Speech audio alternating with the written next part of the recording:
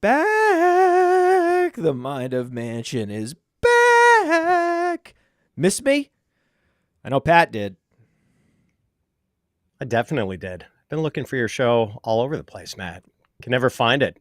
I love my guy Wyatt Bertoloni, but I could only listen to that and repeat it like 5 or 6 times before I got bored. So That's right. you need That's new right. material. Yeah, I'm officially back. People were doubting. They're like, "Can he get back on the horse? Is it over?" And I'm like, "It ain't over, man. We've been doing some important things over here. Just today, live in New York, it's FastDraft." So by far and away the biggest state that we were not live in for real money fantasy gaming. We are live on FastDraft in New York. So I've been playing Empire State of Mind, New York State of Mind. Did you see the Billy Joel documentary? I've not seen it yet, even though we have HBO. It's on HBO, everybody. Check it out. I've got it recorded. It's good? Yeah, I mean, he's a chameleon, right? He's a chameleon trend rider, right? Like that's trend chaser. That's what he's always been. But I mean, listen, he might not be the tip of the spear with any particular genre, but when the winds change, like he can listen to the wind and like, okay, I'm gonna do a couple albums in this mode, and that you gotta respect that, right? The man writes a catchy song. I mean, the guy can just write hooks. He can do 3 hours. He's got a great voice. Yeah, and he's one of those guys where he could play a show for 3 hours and everyone in the audience would know every word to every song. Yeah, it's just once he had Piano Man in the catalog, like he was a made man, right? And then it's just everything else is just a little bit of gravy on top after that, up through like whatever. We didn't start the fire, right? But I mean, I remember my sister and I in the car singing "We Didn't Start the Fire." It was a total thing, and my mom was into it, and we were all singing. Like that happened, man. These are people that bring people joy, especially anything musically. It's hard for me to get too upset. There's a few hacky bands out there. There's a few artists that I just as soon go away, but definitely not Billy Joel, man. He's like I said, he's a made man. We Didn't Start the Fire was one of his few shameless rip-offs, though. Like, he stole that from REM. It's the End of the World, and we know it. That correct. Song came out a couple of years earlier, and Billy Joel is like, I've got to do my version of that song. That's right. He's one of the classic rippers of it's just like he has some stuff that is just really catchy, really good. And then you don't really want to dig too deep under the surface because there's probably some song that sounds a lot like that song, but never mind. Like I think he did it different enough that he got away with it. Like he found that he rode that friction point where he's like, I can't, if it's too much of an obvious rip, if I go any further, I'm going to do my own version. But that's what every great artist has, like versions of classics that they did, especially when they were younger and they were coming up, and he decided just to keep doing it. Speaking of music, man, he has he's one of the Hall of Famers, Rock and Roll Hall of Famer for sure. Got to give him respect. A little bit of an asterisk. Yeah. Not like a Barry Bonds asterisk. Much smaller. Is there something smaller than an asterisk on the keyboard? What is it? Asterisk is pretty damn small though. I think that's the smallest. Apostrophe maybe an apostrophe. Maybe we'll give him that. Yeah. We'll do that. Speaking of music, Matt, do I get Eye in the Sky, or is that only for the Titans like JJ and Rebar? We don't do that anymore because we started getting demonetized. So every day that goes by, YouTube gets more and more and more aggressive, finding even the slightest similarity. So then I tried to go to a cover of it, and even the cover version was getting flagged. So if you listen to the podcast, it'll be in the podcast. Okay. That's Right. good. And It'll always be gets the it'll be in adrenaline the pumping. podcast. Well, let's just do it right now. I'll do it right now, but we have to do it. This is the funny thing is, I used to do it a cappella on YouTube, not knowing that there was a potential monetization issue. Started doing the YouTube live version with the Alan Parsons project running, and that was fine. That worked for years. That we were allowed to do that without demonetization, and then no. But I haven't really thought about how I'm going to introduce. I'll just start right now. You ready? Sure, let's do it. Welcome to the Mind of Mansion program, one of the great analysts in the history of fantasy football, a friend of the show, a friend of FastDraft, a lead analyst over there at FantasyPros, one of the great fantasy content sites in the world. Here with me today, it is Pat Fitzmaurice. Talk to me. That was great. Even without the eye in the sky music, I've got the adrenaline going, you know. That worked. It did work.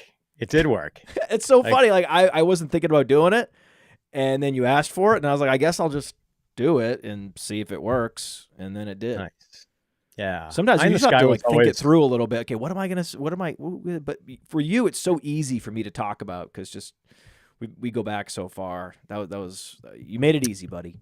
We go way back, Matt, and it was great seeing you at the Fantasy Football Expo. We were both kind of lamenting that we didn't get to talk to as much as each other as we would have liked. But that's the Expo. You've kind of got people you know and friends and people who want to introduce themselves coming at you from every direction. But Matt, can I give you a piece of business advice? Yes. All right. So when I first saw you at the Expo, it was at the Friday night party, which is an outdoor event in this town square type of setup. Sure. It's early August, so it's warm, like mid 80s. The sun hadn't set yet. Okay. You were wearing your FastDraft uniform, black FastDraft t-shirts, black pants. You're looking like the Johnny Cash of FastDraft. And I mean, I get the choice for the brand. Black is a powerful, eye-catching color, but I could see that you were cooking, man. Like you slugged down a bottle of cold water faster than Devon Achane runs the 40. So I guess my advice to you, Matt, use that party as a teachable moment. The next time you launch a cool new product, think harder about the color scheme. Maybe go with some sort of nice pastels or something so you can walk into that party looking like Don Johnson from Miami Vice. Just cool as a cucumber, women flocking to you. Trust me on this. More comfortable, still eye-catching. Okay. So you've identified a problem, but not necessarily the optimal solution. I think maybe. Now again, understood. I was hot. I was wearing pants. I think in the future, maybe. Are you trying to say we should roll out a line of FastDraft shorts? Ooh, that's a good idea. That could be the solution. Tank tops. Yeah, put it in the chat. Jump in the chat. Jump in the live chat. Would you like FastDraft shorts? Happy to do it. But yeah, I felt like a NASCAR driver, right on the heat of the asphalt, and I was wearing my full suit with Pennzoil and FastDraft and logos all over the place. It felt great though. It does feel great to be there at the FF Expo. And then everywhere you turn, you just pivot 90 degrees and like, oh my God, there's Reeves, there's Fitz, there's JJ. And then all these people that I saw, you had a player profiler t-shirt on. I did. It was awesome. I did, man. And I saw FastDraft t-shirts. I was like, oh my God, this is great. So I had a great time. The FF Expo, it is the event. If you're a fantasy football fan, I recommend going down there, Canton, next year. I believe it's going to be in July. So that will allow more content creators to attend just because it's such a busy time right now in August. And so that's why I appreciate you coming in and talking to us now, mid-August. It's always the time where I'm the most grateful for anyone to come on a show with me. So talk to us about what you got cooking over there at Fantasy Pros. Well, we have a new app that people should download. If you play fantasy football, get the Fantasy Pros app. It'll make your life easier. Trust me on that. And get yourself a Fantasy Pros subscription. Like you can sync all of your leagues on various platforms on a single dashboard because, you've got a lot of diehards watching this show. Like the diehards are not just playing in 1 or 2 leagues; they're playing in like 10, 20. And our draft assistant will make it so easy for you to stay on top of everything at your draft, map out your next pick. We also have a start sit assistant, a waiver assistant, a trade analyzer. Fantasy Pros does make fantasy football easy for people, Matt.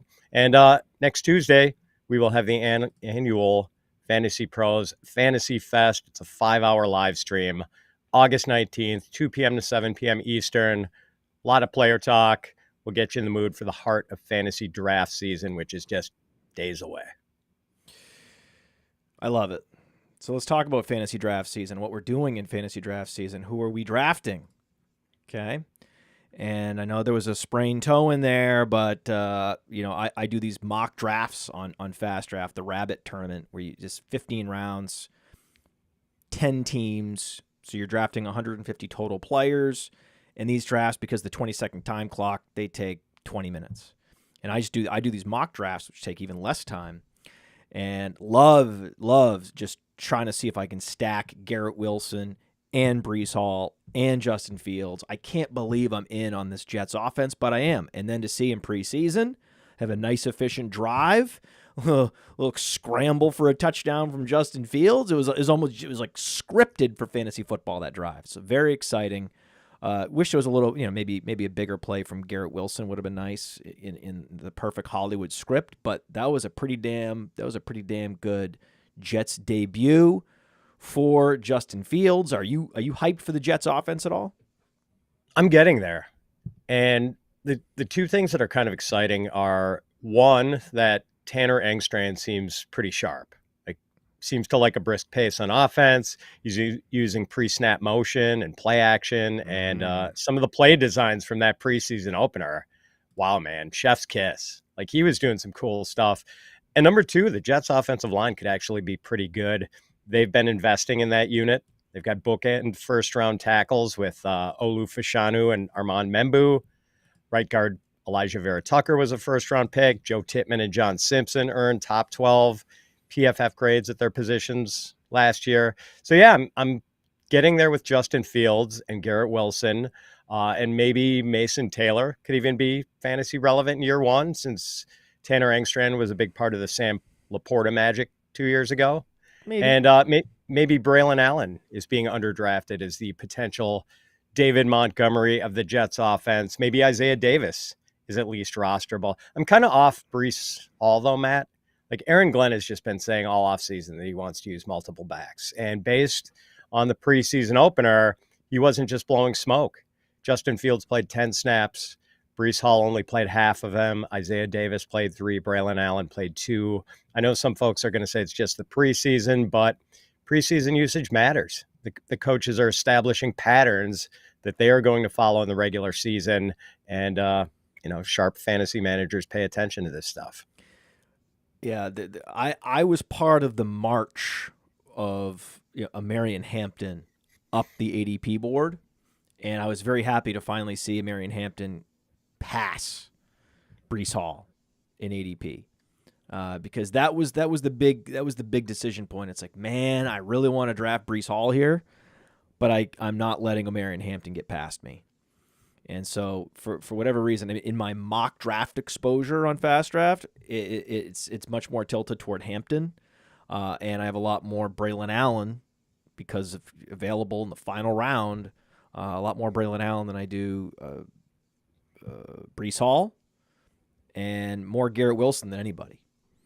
I mean, it's Garrett Wilson, Garrett Wilson, Garrett Wilson, Garrett Wilson. And then, if Justin Fields is available, stack him up.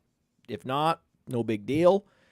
And then why not put the cherry on top with some Braylon Allen in those final rounds. I love that. Braylon Allen, he's a guy that you absolutely want to draft, especially in managed leagues. A best ball for sure, because he's going to have weeks with or without Breece Hall healthy. And then especially season managed leagues, because whenever the week one snap share is very much in doubt for a backfield, you just want to soak up the assets in that backfield, especially if there's a huge disparity between the RB1 and the RB2, and that's the case with Hall and Allen. It's like, yes.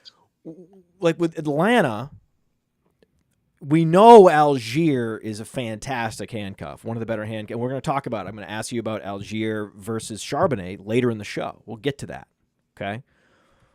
But we know that he's going to have a similar snap share to last year, but minus 5% or 5 to 10%. We know Bijan's going to get a little more of a snap share than last year. It's just going to incrementally go up. Opportunity share is incrementally go up.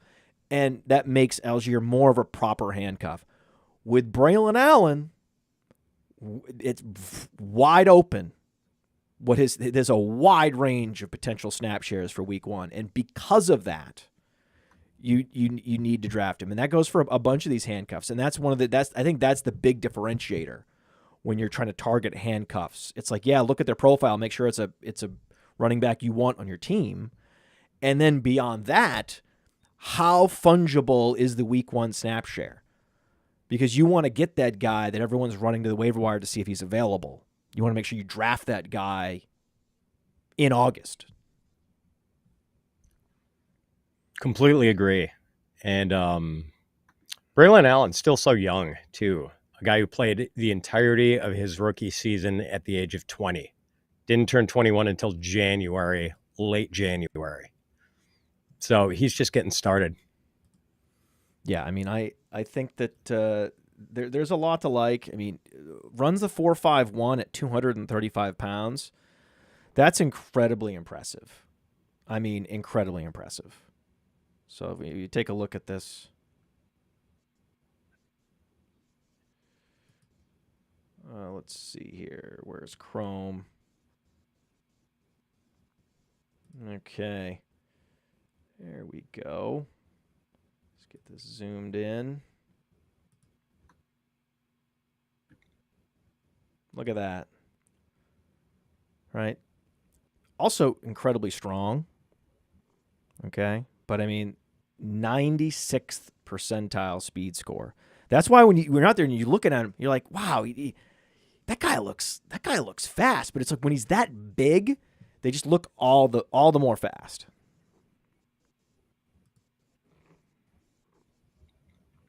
Yeah, he's a big dude, man. So, the next question is on my list of things to ask you about. The Browns, because a big theme here is we're going to talk about stacks that are the best value in fantasy, that give you upside, sexy stacks. For example, Justin Fields, Garrett Wilson, that is super sexy, but it's not necessarily cheap, right? The sexiest is if you can get Justin Fields level ceiling, if you can get Garrett Wilson level ceiling, but even cheaper. Right, even later in the draft. Now with the Browns, that's not an option. But the Browns, it's interesting. Like, I think there's a lot of value there if Joe Flacco is a starting quarterback. Do you think that's going to be the case? And are you targeting Browns? Yeah, I mean, as long as Flacco is the quarterback, you're going to feel pretty good about starting David Njoku and Jerry Jeudy, and you might even be able to play Cedric Tillman or Harold Fannin in a pinch. Because we are getting this late career YOLO Joe Flacco. He used to be the boring button-up quarterback early in his career with the Ravens. Now he's like the guy who gets married in his early 20s and divorced in his 40s. He's unbuttoning the shirts, going out to the clubs. I mean, Flacco's just letting it rip downfield without fear. But that's also why he has 17 interceptions in his last 12 starts over the past 2 years. It's perfect. They're tanking. That's perfect. That's what they want. Yeah. So plus he also gets sacked a lot because he holds on to the ball. Look, Love it. Flacco's 40 and he's sack and turnover prone. Eventually, I feel like the Browns have to audition whichever young quarterback they have on their roster, whether it's Shedeur Sanders, Dylan Gabriel. Maybe they keep both guys. They've got their own first-round pick for next year, which is going to be a top 5 or a top 10 pick. And they've also got the Jaguars' first-round pick after the Travis Hunter trade on draft night. So the Browns need to know where they stand with their young QBs currently on their roster because, they're going into a 2026 draft that has some interesting QB prospects. Like Drew Aller and Cade Klubnik and Garrett Nussmeier and Lenoris Sellers, et cetera, et cetera. So, yeah, I mean, feel good about the Joe Flacco stacks. Just know you might not get them all season. Braylon Allentown. How about that?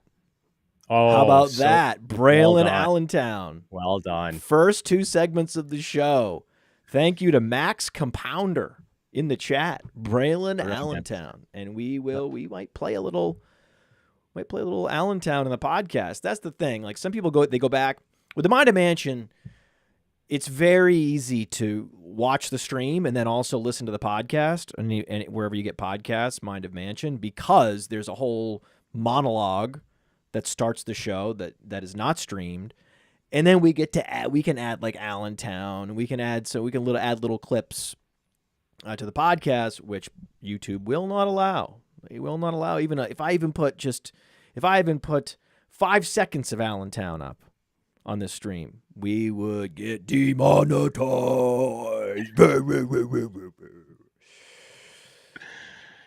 Anyway, so Njoku is your favorite Brown? Would you have more exposure to Njoku or say Judy or Tillman? Judy right now. Judy more than Tillman. Yeah. It's just that I like a lot of different tight ends. I'm not really super overweight on anyone. I've dabbled in a lot of different guys. Really? But yeah. Really? I like Judy, man. He was high volume last year. Oh no, I understand the Judy. I've warmed up to Judy, given his ADP, the Judys, the Diggses. That area. I'm happy to draft either one of these guys. Probably prefer Diggs at this point, just because I think that Drake May has that's a ceiling I'm chasing. We'll talk about Patriot stacks later. But that very much more justifiable to go Judy. I think he will ultimately disappoint, but I don't think it's going to be anything catastrophic. I much prefer the Tillman value because I think Tillman offers you more upside much later, end of the draft on the rabbit, definitely deep into the teens, and he looks the part of a proper X receiver, so I really like that. But when it comes to tight ends, I have specific tight ends that I like at ADP that I think are complete smashes, and because of that, I think the other options are just. I have no like Sam Laporta. F out of here, man.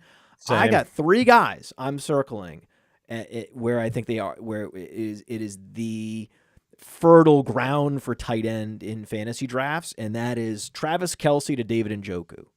Kelce, Ingram, Njoku, Kelce. Like in any best ball roster, if I can get 2 of those 3 guys, that's the direction I want to go. I feel so good if I can look up and I see Ingram and Njoku in my tight end slot for best ball rosters, or tight end premium at the FFPC. You want to have multiple tight ends. Hard to do better than that. Certainly, there's going to be situations where you want to maybe Kittle slips to you, and the upside there is incredible with the question marks around Brandon Ayuk, and with Jennings not practicing, Kittle is incredibly attractive. He could easily be the tight end 1 in fantasy if something happens to Bowers. But he could challenge Trey McBride just on par. Like if they both play 17 games, you could look up and McBride and Kittle have similar stats. No one would be surprised by that. But if I don't get Kittle slipping to me, then there's those 3 tight ends are the ones that I'm really targeting. And then if they get past me, or it just doesn't work out that I can get 1 or 2 of those guys, then I'm gonna wait. I'm gonna wait even because there's a bunch of super value tight ends. And so I think the most frequent thing that happens is I'll get like one of those 3 guys, one of Kelce, Ingram, or Njoku. And then later, and again, we'll talk about some of these players later, one of Hunter Henry, Jatavian Sanders, Brenton Strange, someone like that. Again, but oftentimes in best ball, those are also teams that I want to stack anyway. It's like I already have Tet and Bryce Young, so tacking on Jatavian Sanders just makes so much sense. I already have Brian Thomas and Trevor Lawrence, so tacking on Brenton Strange just makes so much sense. I already have Pop Douglas and Drake May, so tacking on Hunter Henry just makes so much sense. Totally get it, man. And Njoku is one of the better bargains, I think, at the tight end position. Like he's often outside the top 10 as far as where he's drafted, and probably should not be, because he is clearly a top 10 guy as long as Flacco's in the lineup. Yeah, and I think because Kelsey and Ingram have such similar ADPs, I think a lot of people that have our draft kit that follow Player Profiler closely, they're going to have the highest exposure in their portfolio of David Njoku. That's what I predict. Now, the running game is interesting in Cleveland because Quinshon Judkins just may not play. What do you think the odds are that Judkins plays this year? Probably like 30 to 40%. Yeah, it's one of those things where guys aren't playing until they are, right? Their careers aren't restored until it is. It's like, oh no, he's the last one to sign. It's probably not going to happen. Oh, there's this huge cloud of scandal around this player. Oh, he signed. Oh, he's in practice tomorrow. Oh, this is the new reality. Right. This is what's happening. So I wouldn't jump to conclusions and say, 5% chance. Right. But because of that 55% chance he doesn't play, Ford and Sampson are incredibly attractive. Who do you like better where they're going in drafts, Sampson or Ford? I've got Ford ranked a little higher, not much. Like Dylan Sampson looked great on tape, but that Josh Heupel offense at Tennessee is so unlike anything in the NFL that it's always sort of hard to figure out what Tennessee prospects are going to be. Like a lot of people were kind of in on Jalen Wright coming out of Tennessee, and he's done, F all since coming into the league and just hasn't looked real good. So, and Ford has done fairly well when given opportunities in the past. He's versatile. He can run it. He can catch it. He knows Kevin Stefanski's system. So a slight edge to Ford right now, but, wouldn't totally shock me if Sampson turned out to be the more valuable commodity. I mean, on Underdog, he's up 45 spots, and he's now a very common pick in the final round of the Rabbit draft on FastDraft. I mean, 5.4 yards per carry last year. He was decent when it comes to explosive plays, but you look at his yards per touch, top 10, yards per carry, top 10, true yards per carry, yards created per touch, top 5. So Jerome Ford was efficient last year, man. He's the veteran. Sampson can very easily be good, and a lot of running backs have great careers. You go back, and they didn't do anything as rookies, especially if they were day 3 picks.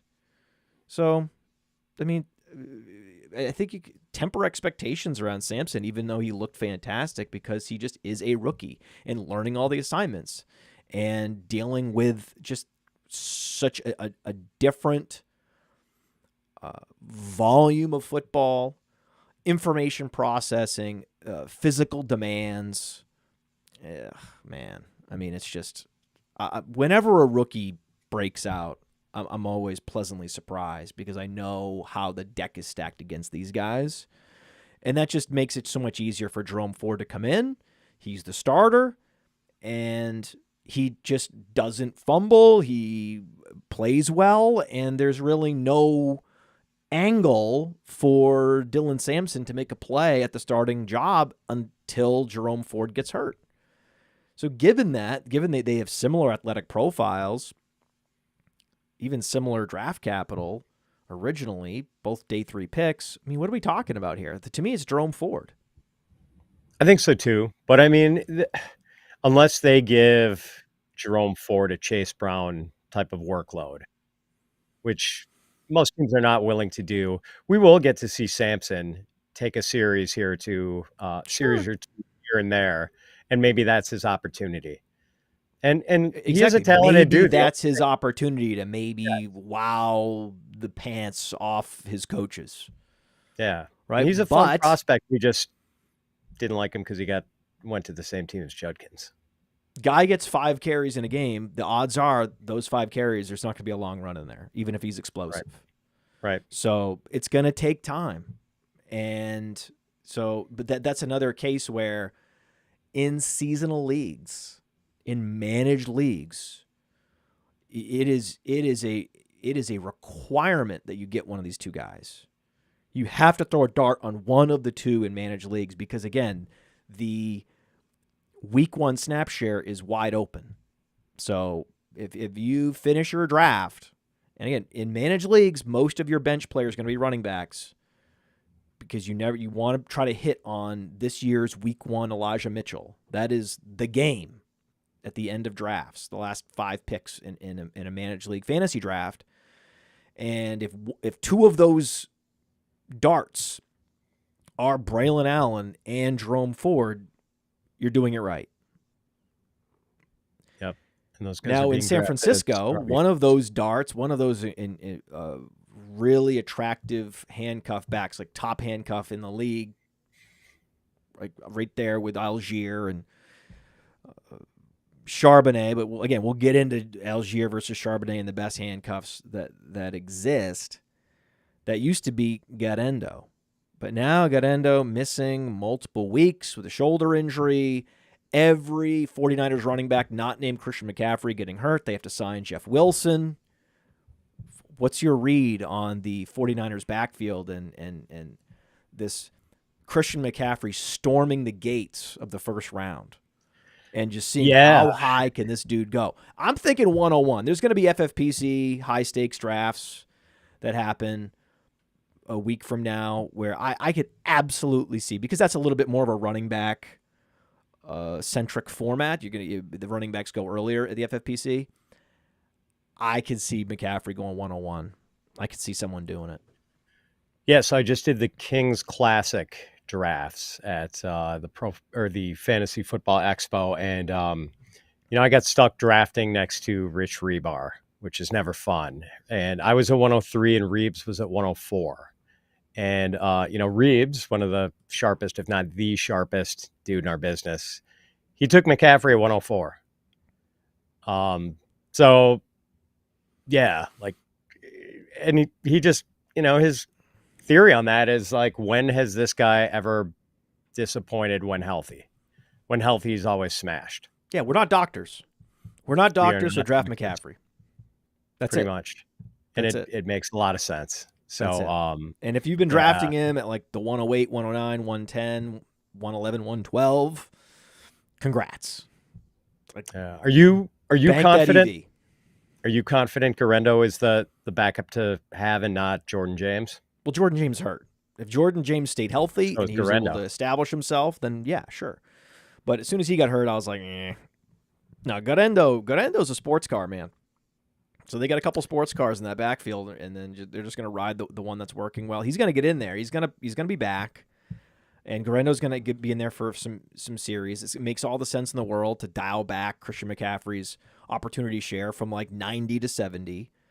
It's in his best interest. He's still going to put up huge numbers, 20 plus fantasy points per game. So that's what you want. But I like stacking the 49ers. I like drafting McCaffrey, drafting Kittle, drafting even Jawan Jennings, even though he's hurt. Right? Jawan Jennings is hurt. He has a calf strain. As you can see, these air quotes that are coming up. And I just think that's an incredible value. And I see where he's going. I see people taking Judy before him and all these guys. I'm like, what? First of all, this is probably a fake injury. Second of all, he's been, talking about this injury that he's been dealing with for months. If it is real, then that's a huge red flag. If he's been dealing with a calf injury for months, but also he's probably very close to being 100%, if that's true, and it may not even be real. It might be a way to hold in without the media making a big deal out of it, which is what these guys often do. Yeah, I don't know if I can be the Greek chorus on this one, Matt. I'm not sure if I'm there with you on Jawan Jennings. Like, I'm just... What did he do wrong other than be awesome? Well, he was awesome last year, no question. Yeah. But, I mean, it's probably a good idea to be at least a little wary of fourth-year breakouts. Like I realized Jennings was sort of blocked until injuries opened things up for him Yeah. last year. And everything did look pretty good last year. He was getting open, making tough catches. He averaged 2.26 yards per route run, which is great. But over his first 3 seasons, Jennings averaged like 1.3 yards per route run, which is pretty terrible. He topped out at 1.41 yards per route run in 2023. Hmm. And so I maybe feel a little better about Ricky Pearsall, an athletic Oof. first rounder who popped at the end of Oof. last season. What's your beef with Pearsall? No, I just think that Juwan Jennings deserves it. Juwan Jennings has established himself as the alpha in that passing game. I think a go-to player in the red zone, a go-to player for first downs. You used to Pearsall's be a nice. He's going to have these weeks. Like you get him on these drag routes. He breaks a tackle. He's explosive. I think he's a fun player. But I want to see more. I got to see a little bit more consistency commanding the football, week in, week out from Pearsall before I put him in the same class as Jennings. I I get it. like stacking the 49ers, though. The bottom line is, you can go McCaffrey, and then you can go Kittle, and you can go Jennings, you can go Purdy, and you can go down the board, right? You could, if you don't get McCaffrey, please, by all means, draft Garendo. He's going to be back from the shoulder. There's most likely McCaffrey will miss time, and they have to rebuild this defense. So they have a bunch of aging veterans on the defensive side. They've had to let players go because of contract, accrual, value accrual, and they're in transition. A defense in transition with a good offense just screams invest. Like invest in Purdy. Purdy could have like an MVP season if it's the offense that carries them, because it's not a strong division, right? I was looking at the over unders, and it's hard for me to justify any of these 4 teams hitting the over in the season win totals. I mean, I think there's an opportunity there for the 49ers to have a season that is offense dominated, and then for Purdy to win the MVP. It's very possible. Be just assuming that the defense just isn't what it was. So for that reason, stack up your 49ers. Agreed. Purdy is one of the best QB values, without a doubt. What about the I think Chargers? The Chargers, like, because Hampton has been so affordable all summer. McConkey was that guy that was there. If Drake London was already gone, you could always just fall back on McConkey. Sometimes people would take A.J. Brown ahead of him, and circle him at the back of the second round. Then Rashawn Slater gets hurt. Luckily, they already have an elite left tackle on the team. I mean, if there was one team that could survive this Rashawn Slater injury the best, it would be the Chargers. We talk all about the Chargers and their offensive line depth because they've invested more in the offensive line than any other team in the last 5 years. And so that's the beauty of, okay, we already have Joe Alt. This was the case for drafting Joe Alt in the first place, that if you lost Slater and you did not have Alt, your season's essentially over. Because then you have like Pipkins or whatever at left tackle, and forget it. Just forget it. Just don't even. I mean, it's just so disappointing. It's like if I was a big Chargers fan, given that Herbert's in his prime now, and we just drafted Hampton, I would be in tears. Like it would be very upsetting. But that they have Alt, and they didn't just draft some like athletic edge rusher instead of Alt, which is what these teams sometimes get talked into, that is going to save them. And so because of Alt, I am still all in on the Chargers. Yeah, and I think it's definitely. I mean, I'm less worried about the effect of the Rashawn Slater injury on the running game than I am about what it could do to the passing game. Run blocking is an art too, but it's probably an easier art to grasp than pass blocking. And you said it. Alt is sort of a natural left tackle anyway. Pipkins at right tackle. A downgrade obviously from having these great bookend tackles, Slater and Alt, but it's not going to crush this offense. Like I do worry about. Let's talk about Keenan Allen, Matt, because the last time we saw him with the Chargers and playing with Justin Herbert, he had a career high in targets. And as it was, Ladd McConkey ranked 26th in targets last year. And now Keenan Allen shows up. So I'm a little worried about the target share with Ladd. I no longer think he's anywhere close to, Drake London or even A.J. Brown as far as wide receiver tiers. So I feel like he's now somewhere in wide receiver 2 territory. Nonsense. And not even necessarily at the top of wide receiver 2 territory. No. Yeah. Like, what do you think his target ceiling is with Keenan Allen there? Because I don't think Keenan Allen is a guy who's just going to get like 70 targets this year. The number of targets that Keenan Allen had in 2023, 150. That's the ceiling. That is because he is the center of gravity in the offense. He especially in the passing game.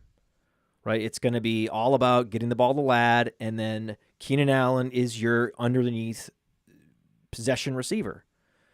We saw Hard Knocks last year. We saw what Keenan Allen is. He's definitely still capable of commanding, say, 100 targets. Right? But this is like a Christian Kirk role. No one is fading Nico Collins because they signed Christian Kirk. So why now are we fading Ladd McConkey because of Keenan Allen? Yeah, there's.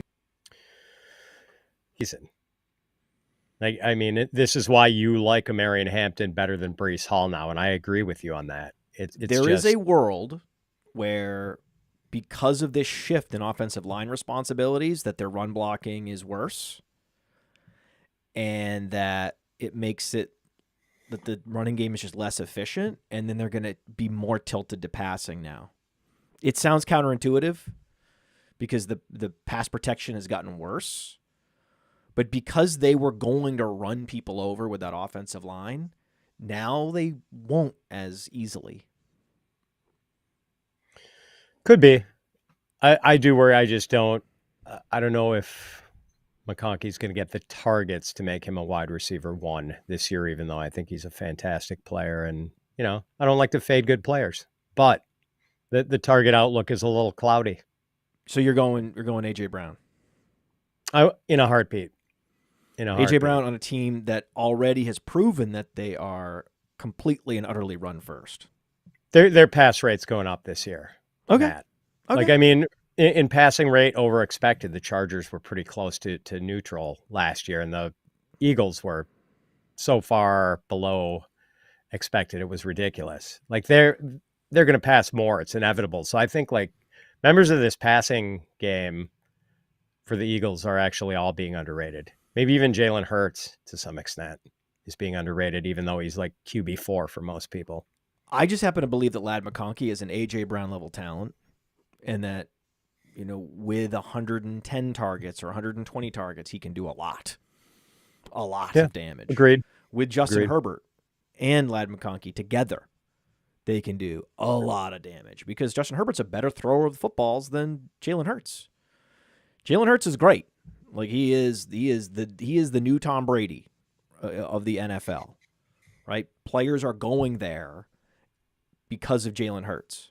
Jalen Hurts' front office is drafting troubled players because they know Jalen Hurts and that culture will settle them down, which is why the Patriots, one of the reasons why the Patriots were so good is they had no limitations when they were drafting because they were like, yeah, we'll draft a guy that had some run-ins with law enforcement in college because he's going to come here and he's going to see Tom Brady and is immediately going to be a part of the Patriot way.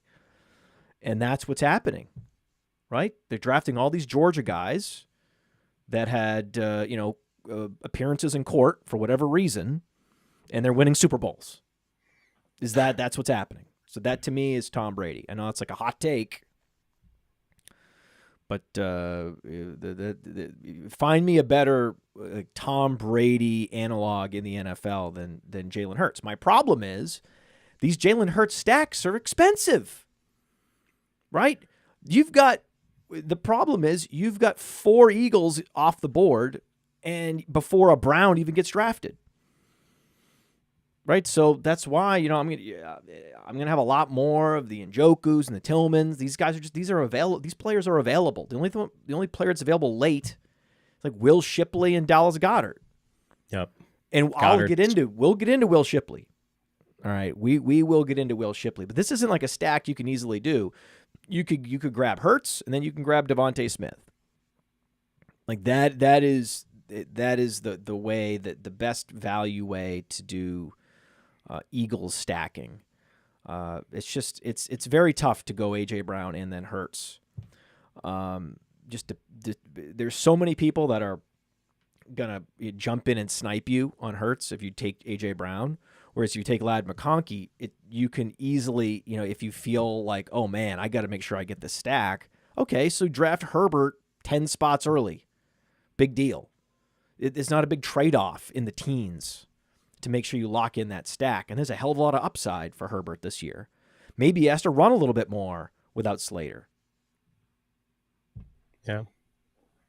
Yeah, I agree. If you want to stack Hurts and AJ Brown, that's 2 of your first 4 picks. It's just tough. It's just tough. In real life, when you're drafting, it's like, oh, man, thanks a lot, dude. I was... Yeah, because they're like, oh, yeah, I'm going to draft Hurts. I'm going to turn around and draft Devontae Smith. And the guy, that's drafting next would have grabbed him because he has A.J. Brown. Too bad. Right? Too bad. It's like the other thing, like you draft Jamar Chase. Cool. But someone else is going to draft T. Higgins probably, and then you're going to be competing for Joe Burrow. And then somebody's going to draft Joe Burrow without either of those 2 players, and then backdoor stack him with like Mike Gesicki. So it's tough. That's tough. It's why I love this conversation about value stacking. It really, really helps to determine the decision making. If you're talking about AJ Brown versus Ladd McConkey, that's just an under-discussed reason to go McConkey. Yeah, easier to stack, no question. Oronde Gadsden getting some first-team reps. Does that matter to you? He's interesting for sure, and I have some Oronde Gadsden Jr. in Dynasty. I do wonder how often he'll be in the field this year because he's probably not going to block as well as Tyler Conklin or Will Dissly. So True. Obviously he's the most athletic of those guys by a mile and the most interesting as far as potential pass catching ceiling. I just don't know if he gets enough snaps to show us that ceiling. I get it. Oh, it's true. It's true. Will Dissly is going to lead that team in snap share, and it's going to be really annoying. I'm going to hate it. I mean, because it's not like Tyler Conklin's this master blocker, right? Tyler Conklin's he's a pass catching tight end. He's interesting. Conklin is interesting, but Dissly really does just if somehow Dissly could get traded, I mean that would be, if it was just Conklin and Gadsden, I think it would be very interesting. But then it's those 3. It's just God. Dissly's the guy who's going to ruin our fun. Ridiculous. Yeah, it's ridiculous. It's always like, man, I'd like Kincaid, but this Dawson Knox, like, urgh. So you look at the Rams, and we're talking about Matthew Stafford still suffering from some health issues, and they're being assuaged, right? McVay, nothing to see here, but we're still talking about an aging pocket passer with mobility issues and back issues, a history of shoulder issues and back issues. First round wide receiver and a third round wide receiver from the Rams tethered to that quarterback situation. It's a little scary. Yeah, especially when we're seeing these pictures of this cryogenic mobile home at Rams training camp for Matthew Stafford. Like, what's that all about? Yeah, so I don't like it. I don't love it. I know. I have some concerns. Yeah, and I've drafted some Puka this year. I've drafted some Devontae, but I'm kind of slowing my roll a bit on both of those guys. Maybe taking dudes like Nico and Brian Thomas Jr. and Drake London ahead of Puka now, and maybe taking guys like Garrett Wilson or even Tyreek Hill ahead of Devontae. But at least Jimmy G is a semi-competent passer if Stafford does have to miss time. Like, we haven't seen it for a while with Jimmy G. I hope he's still semi-competent, but obviously you'd have a hard time getting your return on investment with Puka and Devontae if it was Jimmy G for a good chunk of the year. The hospital ball, Jimmy.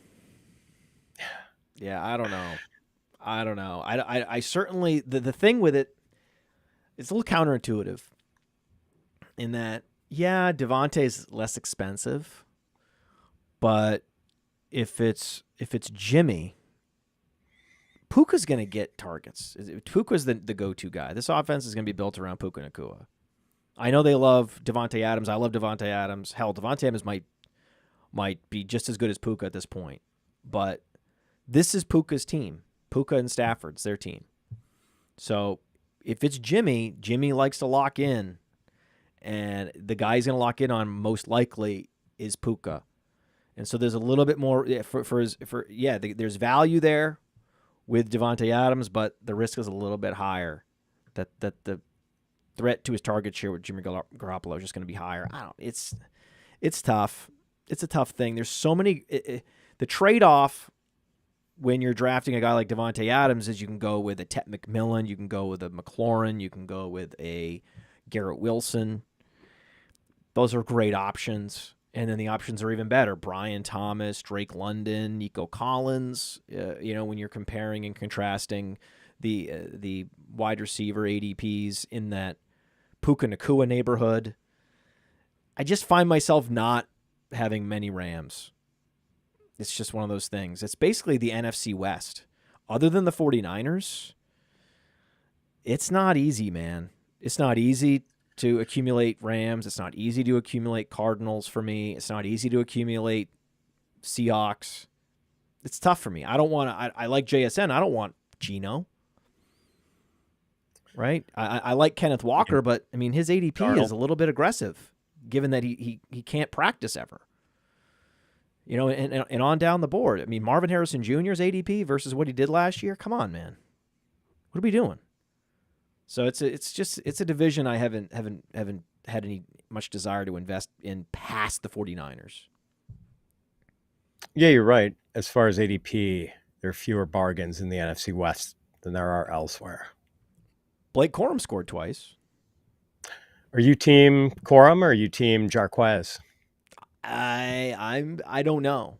I think pretty much everyone that I know that I respect that, at least that was with us in Tampa covering the draft. We're talking about Alex Dunlap, Cody Carpentier, guys that know ball. They're big Jarquez Hunter fans. So it's tough. But then you watch preseason and Corum scoring and, on some tough running.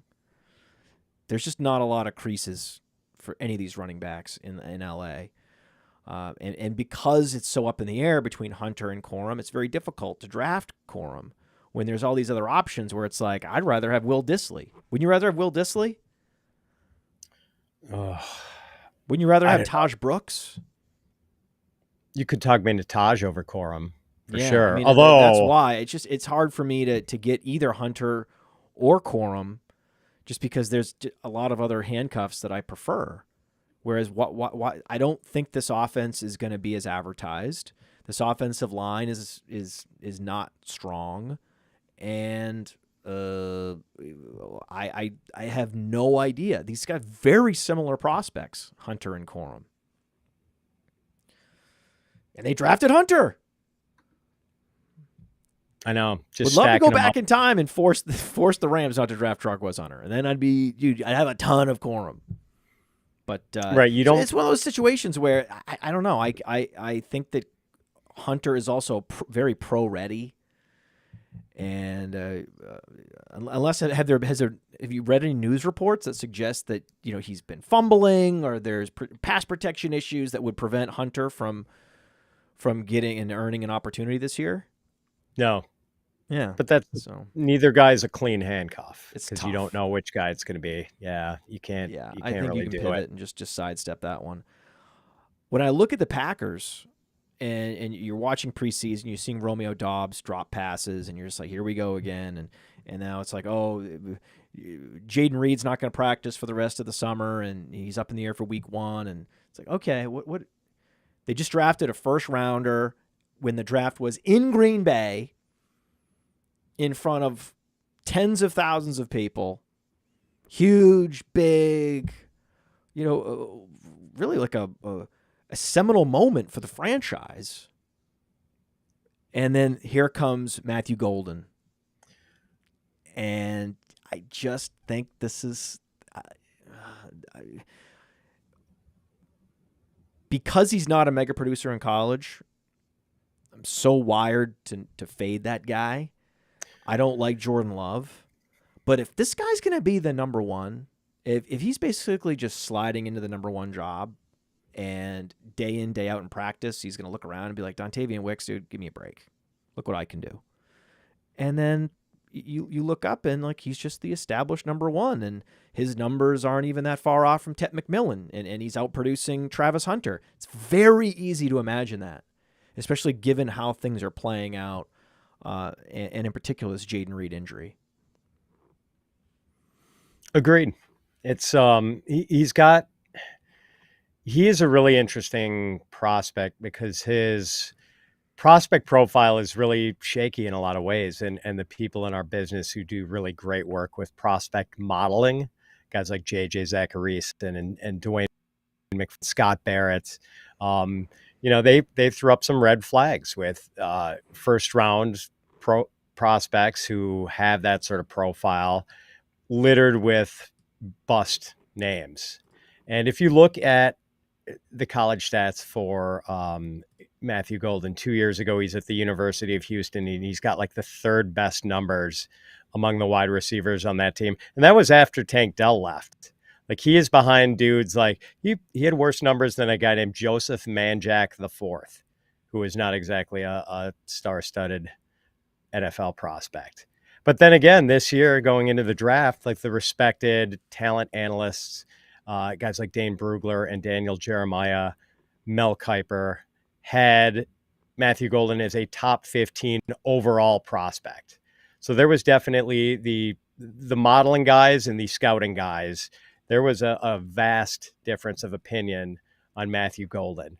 So I'm sort of being cautious with the way I regard him, but you're right. He does have a chance to immediately vault to the top of a pretty jumbled wide receiver depth chart. Yeah, him, Igbuka, like that area. Just another reason why I can't have a lot of Judy because of all these guys. What do you when you see Igbuka, you see someone who's still undervalued? Oh yeah. I mean, the drumbeat has been so strong with him in training camp, and everyone seems to love the kid. It's been said that when all the teams were meeting with prospects around the time of the Senior Bowl and the Combine, Igbuka was one of the few prospects in this class at any position that teams unanimously loved. And he has been balling out in camp by all accounts. And these Ohio State receivers, Matt, like there is something to be said for receivers who can earn targets while playing with other receivers who are also good NFL prospects. So yeah, there's a lot to like. And I think Igbuka on a team that has abundant talent at wide receiver, I'm less worried about a guy like Igbuka, who's already been around other good receivers, than I would be about a guy who was a big fish in a small pond at a different school. In Dynasty, who do you prefer, Odunze or Igbuka? Oh man, it's close. I think Igbuka. Wow. Yeah, it was just, I know Odunze has the edge in draft capital, but it was just kind of a rough first year for him, and we don't know yet if it's going to work out with Caleb Williams. I really hope Igbuka outproduces Mike Evans. I think that would be very cool. Like it's like one of those things where I'm debating JJ, at George's bar in Canton, caping up for Odunze, and he's making a very compelling case that Igbuka is a better dynasty asset. Not because of age, just because the long-term situation there is great for Igbuka. Igbuka doesn't have a DJ Moore that's going to hang around and is currently in his prime. Mike Evans is clearly showing signs of overt decline in both the efficiency metrics and the raw production. But especially when you look at the target depth, to be like 39th in average target depth last year, that's been his calling card. Is, hey, I'm going to be top 5 in ADOT right? I'm gonna lead the league in air yards, and then for last year, be like, no, no, and it guys that are his size with his skill set at a similar age, give me Keenan Allen, right? Give me in terms of a guy that I think can continue to command targets. Why? Because he was never fast, right? It was always about technique, and Mike Evans is not like winning on technique only his whole career like Keenan Allen. So Keenan Allen's set up a little bit better to produce as he ages. Now, would I draft Keenan Allen over Mike Evans? Of course not. But Keenan Allen's much better value at ADP, and there's a lot of target competition there, more than there is in San Diego or Los Angeles now. How long has it been since they were in San Diego? Oh man, that's a good question. Was that like, man, if I had to guess, was that like '08 or It's been a so? long Circa time. '08? It's been more than a decade. It just does. Yeah, love finding these creative opportunities to date myself on shows. It's fantastic. I'm still chasing that ceiling with the Dunze. I think Dunze has 20 plus fantasy points per game, wide receiver one in fantasy, and his range of outcomes, just based on his size, athleticism, production in college. Egbuka is a possession receiver plus, and these guys can be absolutely massive. Like I say that, and like Cooper Kupp is a slot receiver plus, a possession receiver plus, and he had the best year in the history of fantasy football at wide receiver. So, that nullifies the argument a little bit, but I still view the perimeter receiver and the number one red zone option, the clear red zone option, as the higher upside play.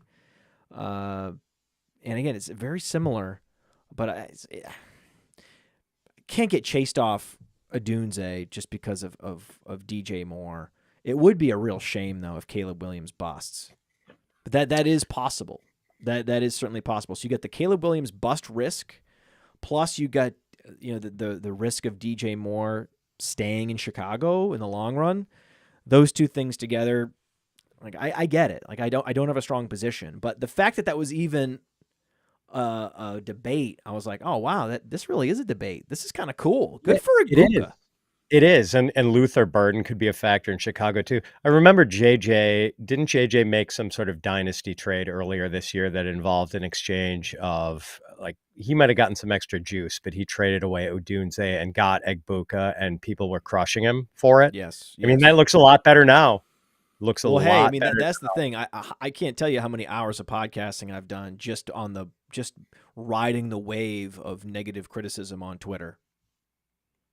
Hey, sometimes you just gotta surf. Go to Reddit, read the comments about the Podfather. Okay, I got a show. Perfect. I'm good to go. Like, oh, the Podfather loves Rachaad White. What an idiot. And now Rachaad White's hurt, and there's all signs point to Bucky Irving being one of these miniaturized bell cows, and good for him. And then you got Sean Tucker killing it in practice. The drumbeat for Sean Tucker.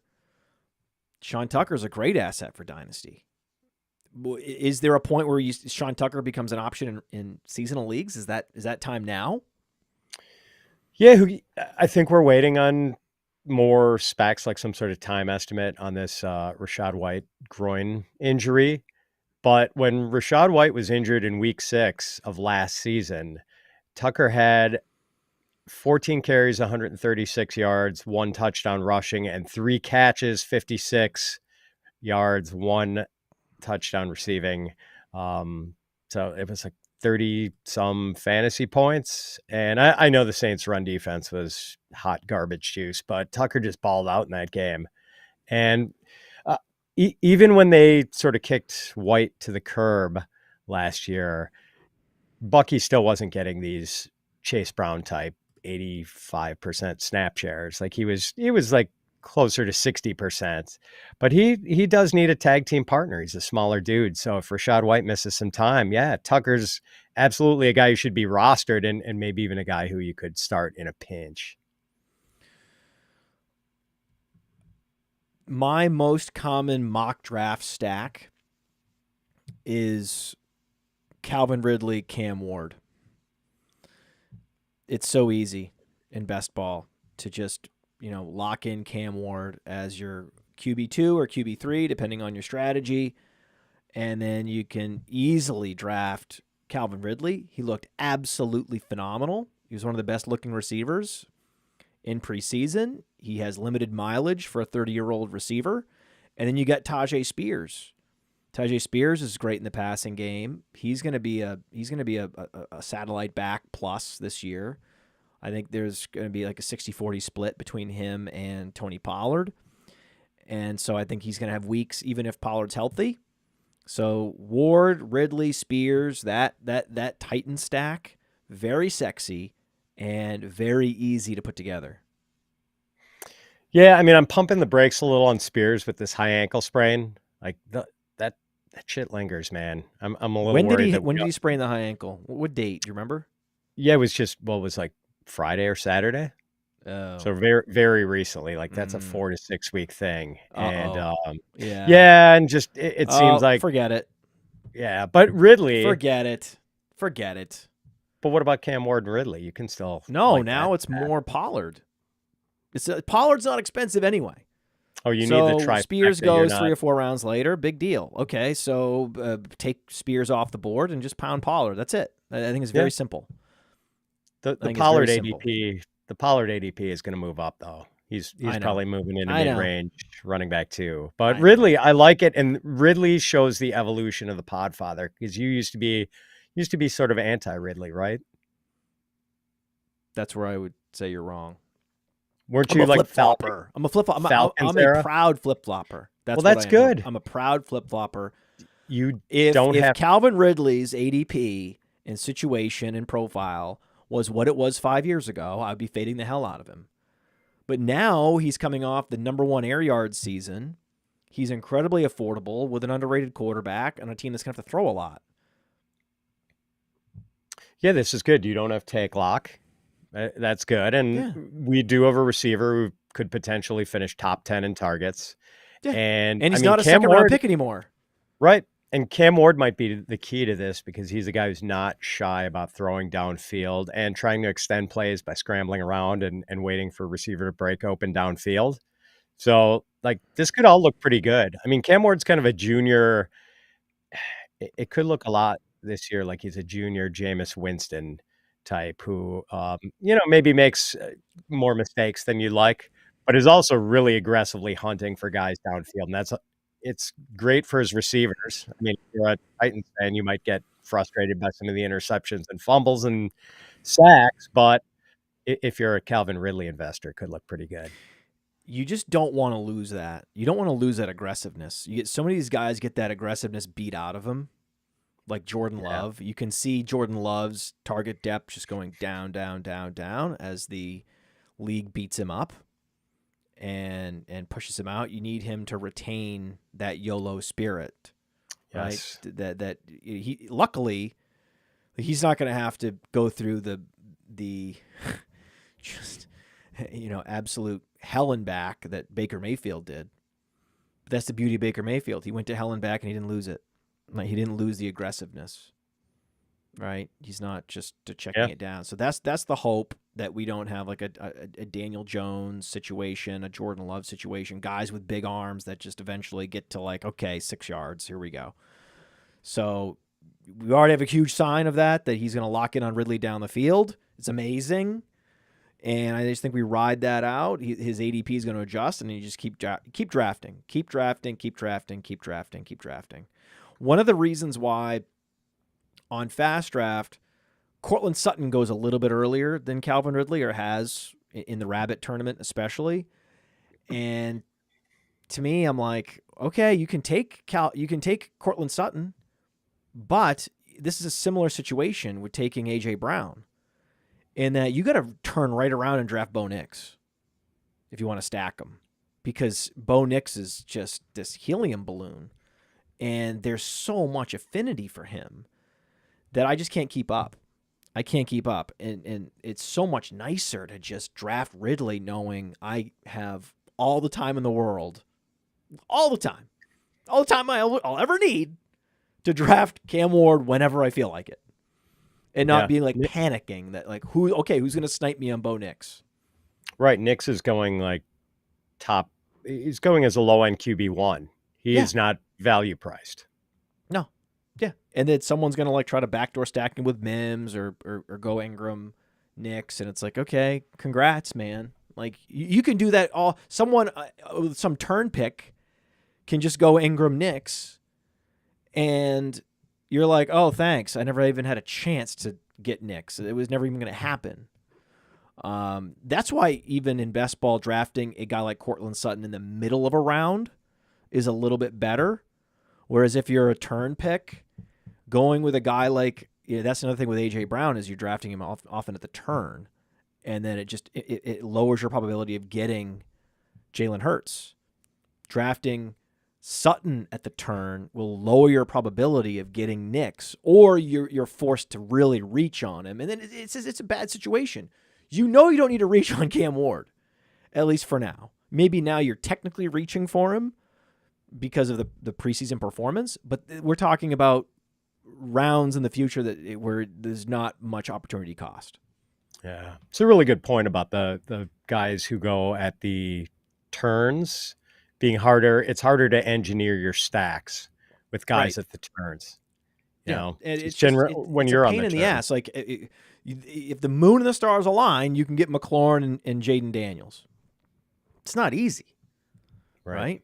So it's just one of those things where, I love McLaurin, but man, it's tricky.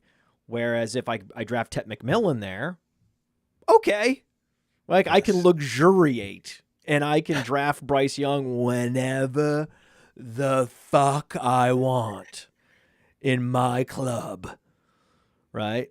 I'll splash the pot whenever the fuck I want. So, anyway, that's the nice thing about Tet McMillan, about Calvin Ridley, Drake London, Lad McConkey, Brian Thomas. Well, look at Brian Thomas, man.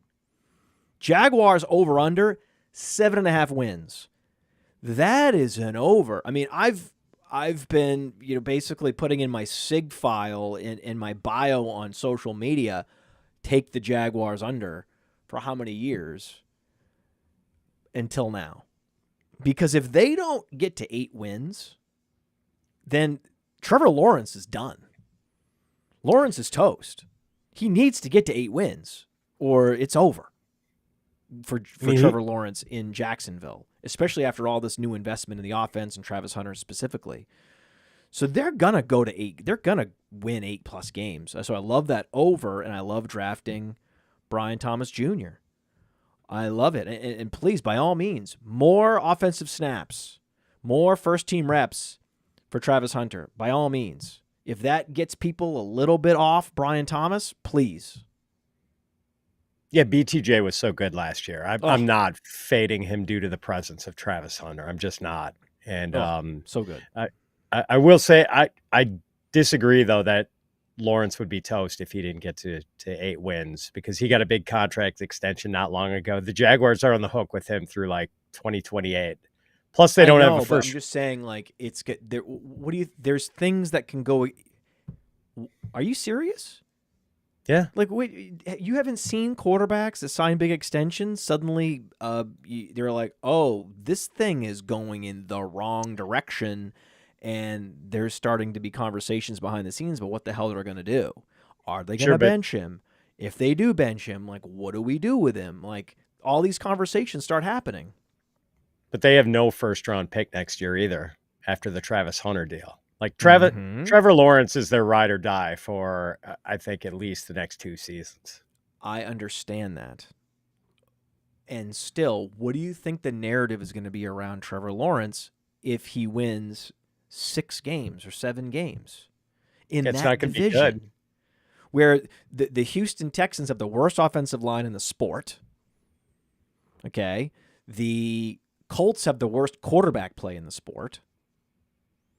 Like, what are we talking about here? I mean, the expectations are high for this team. If he goes out and wins 6 games, dude, I don't think you've properly thought this through. It's not going to be good. The Titans? What if the Titans beat them? Like he loses to the Titans? Like this is why like the 7.5 win. What I'm saying is the 7.5 wins line is like such a smash. Think what you want about Trevor Lawrence. The scenario that would have to unfold for them not to win 8 games is wild. That's why I like the team. I like the offense. I like even Travis Etienne. Because I'm like, there's just no way. It's going to be, because you have to understand, if they win 6 games, some of the losses, think about some of the losses that would be necessary to make that record possible. And what the criticism around Trevor Lawrence is going to be at that point. I don't want to think about it. It would be really hard for him to process, and it would suck for the team. And for that reason, I just don't see it as a possibility. I just think that I'm fine just blocking that possibility out. I don't even like Trevor Lawrence. But I like BTJ. I like Brenton Strange. We need Trevor Lawrence to be good, people. We're all invested in this together, fantasy folks. Yeah. We can't afford for Trevor Lawrence to totally suck. As an aside, Matt, love the Titans at plus 660 to sneak up and win that division. This is what I'm talking about. Yeah. This is what I'm talking about. Like, how is this? So anyway, I mean, that's my only red flag is like Vegas thinks this team's not good. So that makes me just the slightest question about Brian Thomas Jr., but I'm in. I'm in. The only thing that is somewhat enticing about players that are behind him in the ADP is Drake London's target share will be higher than his. And the upside of Michael Penix this year, we've seen enough of Trevor Lawrence that we know, I think, where the upside is. There's some uncapped upside there with Michael Penix. And so if anyone drafts Drake London over BTJ, I don't blame him at all. At all. Same. London could lead the league in targets. No question. And he was hyper-targeted by Penix late last year. Yeah, Penix is good, and Penix is easier to stack than even Lawrence. Yep. Afterthought and redraft right now. Yeah. I mean, I've had, again, in these mock drafts that I'm doing on the Rabbit, FastDraft, code Podfather, by the way. Code Podfather gets you a $50 deposit match at FastDraft. Go do it. Go get the app. It's amazing. And in the mock drafts that I do, never once has it been a problem to get Penix. But certainly you've got all these people that drafted Hunter that are going to be out there trying to stack Lawrence just like you are. And so you got to compete with them.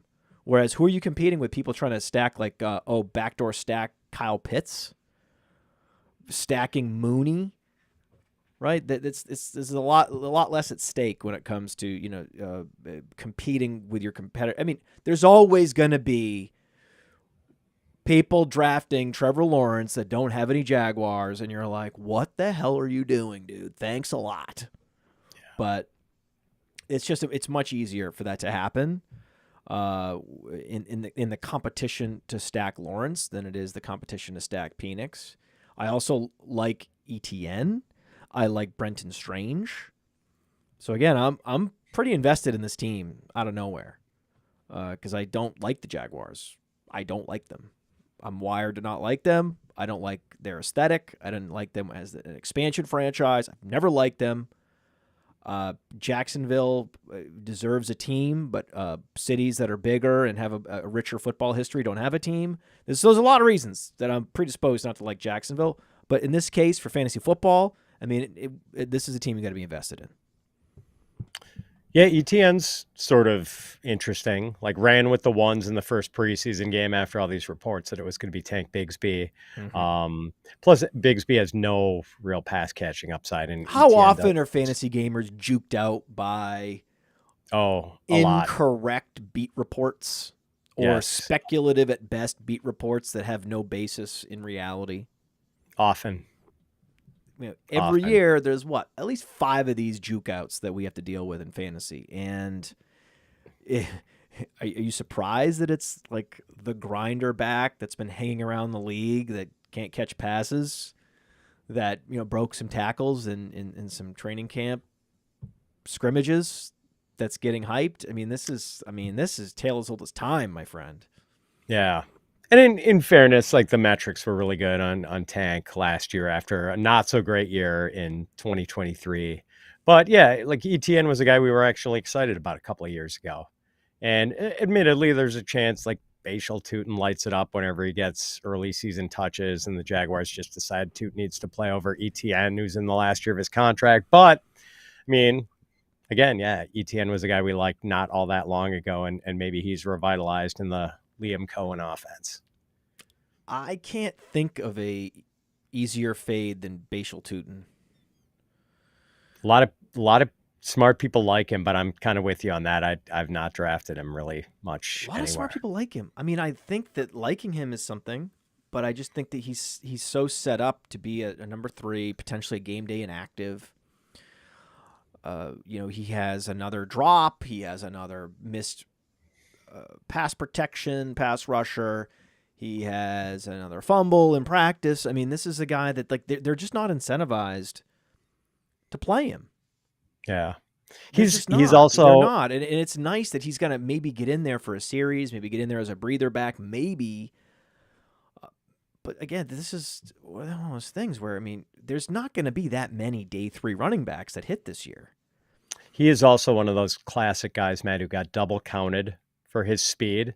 Like that was the most attractive part of his prospect profile all along. Then he goes to the combine and runs the great time in the 40, and all of a sudden everyone wants to make him the RB6 in the class. After he was maybe the RB10 or 11. And stop trying to make Bashal Tootin happen. Exactly. Right. Stop trying to make and again, I would have been 5 years ago. I would have been all in. I would have been chasing Bashal Tootin, right? But not anymore. Kyle Pitts. See, this is post-hype sleeper du jour. Kyle Pitts. Atlanta stacks are nice because, again, London is there in the second round, and then you can wait forever and go Pitts, Mooney, Penix. It's great.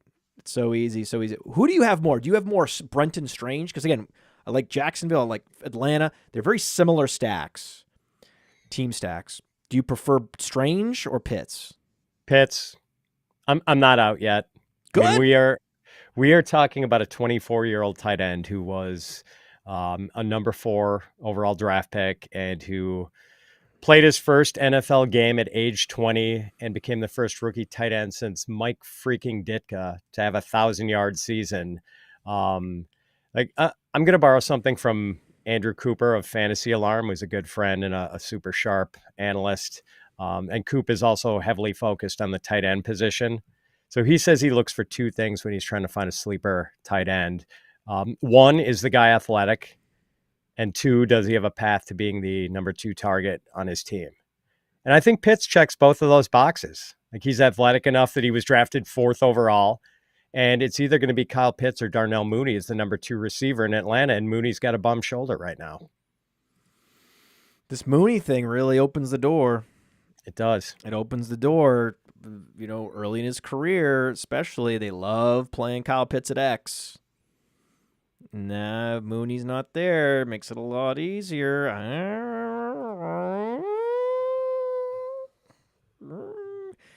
This is one of those, often the players you can't fade even if you want to are early picks.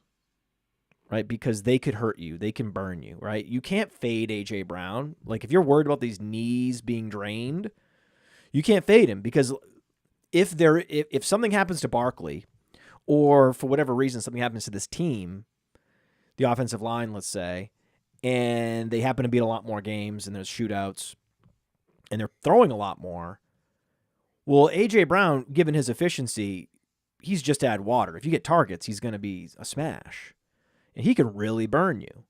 Like if you're not drafting him because of some like pass run ratio assumption based on last year. You cannot do that. You have to stake out, hey, I'm going to at least have like 5% A.J. Brown because he can beat me. Fading him can beat me, and I'm not going to let that happen. So those are the types of players, almost always like top 50 picks. And then after the top 50, you could usually get away with fading guys. And it's not. Kyle Pitts is one of those rare players where that he could end up being such an incredible value if he hits in his absolute best case scenario.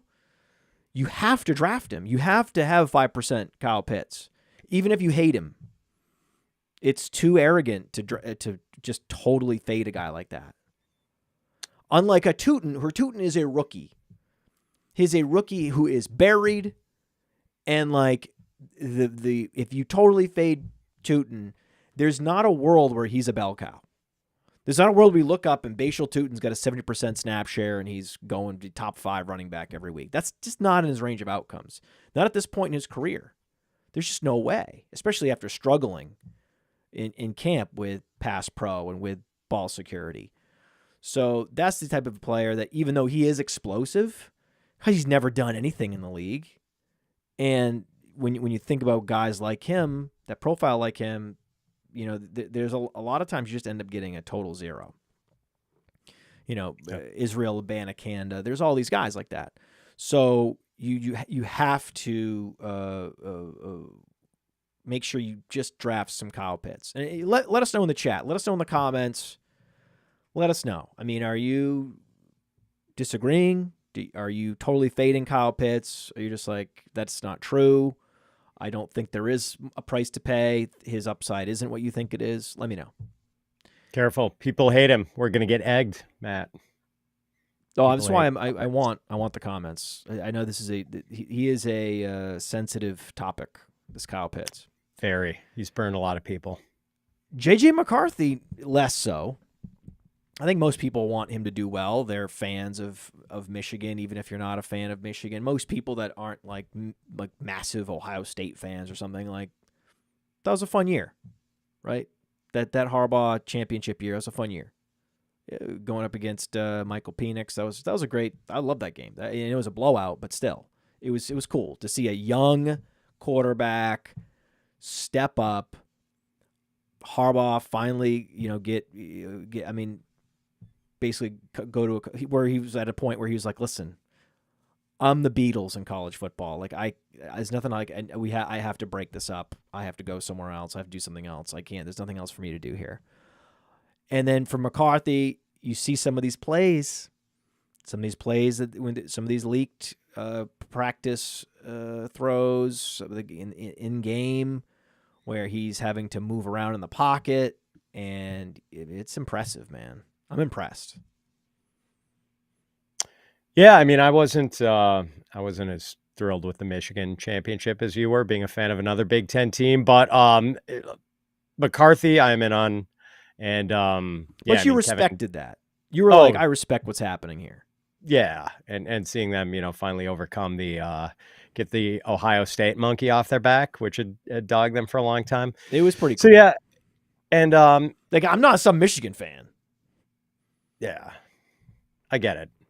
So I'm in on McCarthy. Kevin O'Connell pretty much walks on water as far as I'm concerned, and McCarthy I knew that had, you would say that.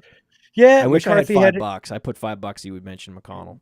Did you? And like, that's a lot O'Connell. for me to say as a Green Bay Packers fan who is not predisposed to liking anything Minnesota Viking related.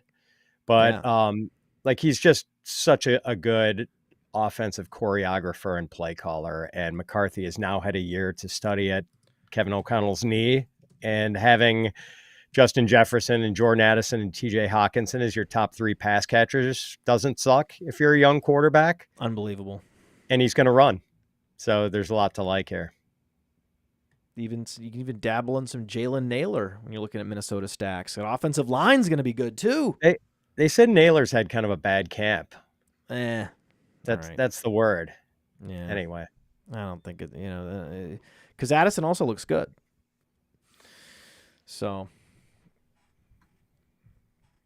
I get it. I get why you wouldn't go Naylor, but deep best ball leagues, I still think Naylor is in play. Who would be the third receiver if not Naylor? I mean, if we get to the next thing, I think you wanted to talk about, we can tackle that there. I mean, Rondale Moore got hurt. Yeah, and I like Ty Felton as a prospect, but year one, I don't know if he's ready. Let's get. I've a proposal when we talk Okay. about the Okay. next. Yeah. thing. Yeah. We'll wait. Yeah. Cool. Cool. All Cool. right. Cool. Did you see the Bryce Young to Jalen Coker throw? I did. And are you a cokehead, Matt? Yeah, I am. You're I into love him. you're into Coker. Yeah, I love him. I think Liget is not long for the league. Lee, get out of here. I'm kind of with you on that. Xavier Lee, get out of here. How about that? That's what I think. So Well I done. think Coker's a better player. To be getting on the field as much as he did last year as an undrafted player is incredibly impressive. And he's just picking up where he left off. And I love. I'm drafting some Chuba Hubbard. Like I said, Tet McMillan all day. Bryce Young, so Jatavian Sanders, Coker. I mean, this is, I could see doing a massive Panthers onslaught. I mean, you can't really do an onslaught on FastDraft because you're not really going to be drafting Coker because in the 15th round of a 10-team league, Coker's really not going to be an option. But you could see Thielen. That's an option. Jatavian Sanders, an option. And in deeper best ball formats, you could go complete and total Panthers onslaught. They're going to be in shootouts. It's going to be interesting. I think it's going to be very interesting. I really like hammering some of these NFC South teams and or individual assets, whether it be an Olave, Edegbuka, and then just Falcons onslaught, Panthers onslaught. Let's go. Yeah, and the days of us getting Teteroa McMillan outside the top 25 at receiver are probably coming to a screeching halt, unfortunately. So maybe Coker is sort of the pivot there for us as far as a value play. And here's what I was going to say about the Vikings. Let's see. Let's see where he goes. Let's see where Coker goes. But first, we'll look at where Tet goes. So Tet McMillan, this is the Rabbit 15-round best ball ADP board on FastDraft.app or DraftFaster.com, however you want to get there. Teteroa McMillan is going at player 42. Now, notice he's up 2 spots and Rashee Rice is down. So, in real life, you're going to have to draft him in the top 40. Yeah. It's moving that way. Now, let me lay this on you, Matt. So, this gets back to the Vikings thing. I think maybe the Vikings are going to be in the market for a third receiver since Addison is going to be suspended and Naylor is reportedly not having a great camp and Ty Felton may or not be ready to contribute. Might they consider trading for old friend Adam Thielen? And my buddy Thor Nystrom, who's a big Vikings fan, has suggested that might be a solution for the Vikings. And Thielen's in the twilight of his career. The Panthers probably wouldn't mind flipping him for a day 3 pick. What are the Panthers trying to do? What are they trying to accomplish? Trying to win games? Or are they trying to lose more games this year? No, the Panthers have to come to terms with what they are, that they're in it for draft picks this year. They're trying to make a push next year. And so Adam Thielen doesn't help you. His presence is just basically let him produce and show that he still has 1 year left. Let him put together a nice and drop a bunch of plays for him in the first 3 weeks, and then let him go, before week 4, and pave the way to validate what we all know, that Liget isn't good. So you can get all the proof you need. With Thielen gone, traded, we can fully understand how bad Liget really is, and then in the second half establish that duo of Coker and McMillan. Yeah, a Thielen trade would totally clear the runway for takeoff for Jalen Coker. Yeah, that's an interesting reason to draft Thielen, especially in best ball. I have no interest in guys like Thielen in seasonal managed leagues because my late picks are all running backs in those formats. But in best ball, certainly, I think it's very interesting that he could also get bailed out by a trade. That's a really good thought. And I have 10 burning questions for you. Can you believe that? 10 burning questions.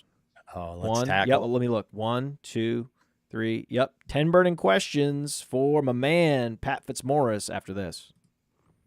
Hey, why do we partner with the FFPC? Because they have the widest variety of fantasy football formats, and it's the easiest place to find all types of fantasy football contests in the world. What if you want to play for high stakes? Well, they have a $6 million prize pool with their Fantasy Players Championship. They also have way too early best ball leagues that start in February and Dynasty leagues. They have the closest thing to a liquid market for orphans that there is in all of Dynasty. And the FFPC has sponsored us for half a decade because we are actually delivering information that can help fantasy gamers, and they're generating so much interest and bringing in so many new users, casual users even.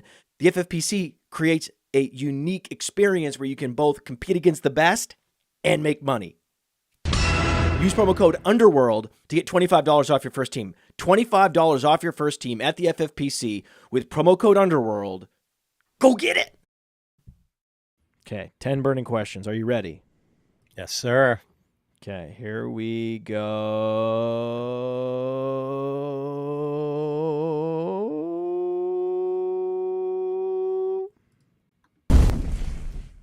How many games is Anthony Richardson going to start this year? I'll say at least 12.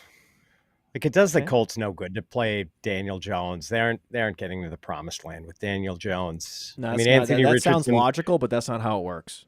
Well, Richardson was a top 5 pick, Matt, because he's huge, he's fast, and he can throw a football through a fucking brick wall. Like, they've got to try to make a go of it with this kid. Can't. And yeah, They can't. They're accountable to 52 other professionals that need to win their next contract to feed their families and to pay for all of the the lifestyle that they've set up for themselves.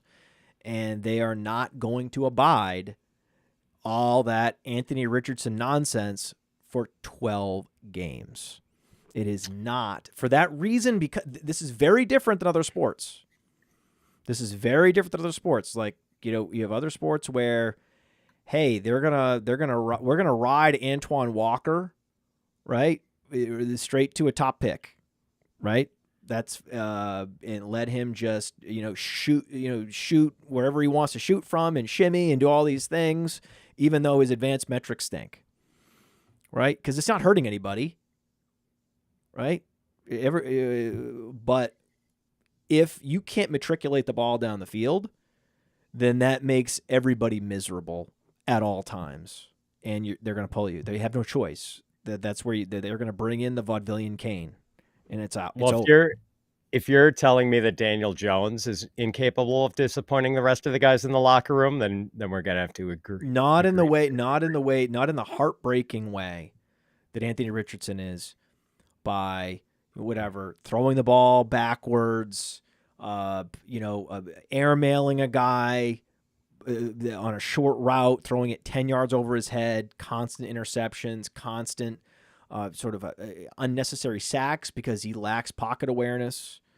So he's kind of like a Tua Tagovailoa, like a right-handed Tua Tagovailoa with much less short and intermediate accuracy. Right? He's like Tua if Tua can't hit. At least Tua, if there's a drag route, Tua's gonna he can put on you. Right? Imagine Tua, a big version of Tua who can't do that. It's useless.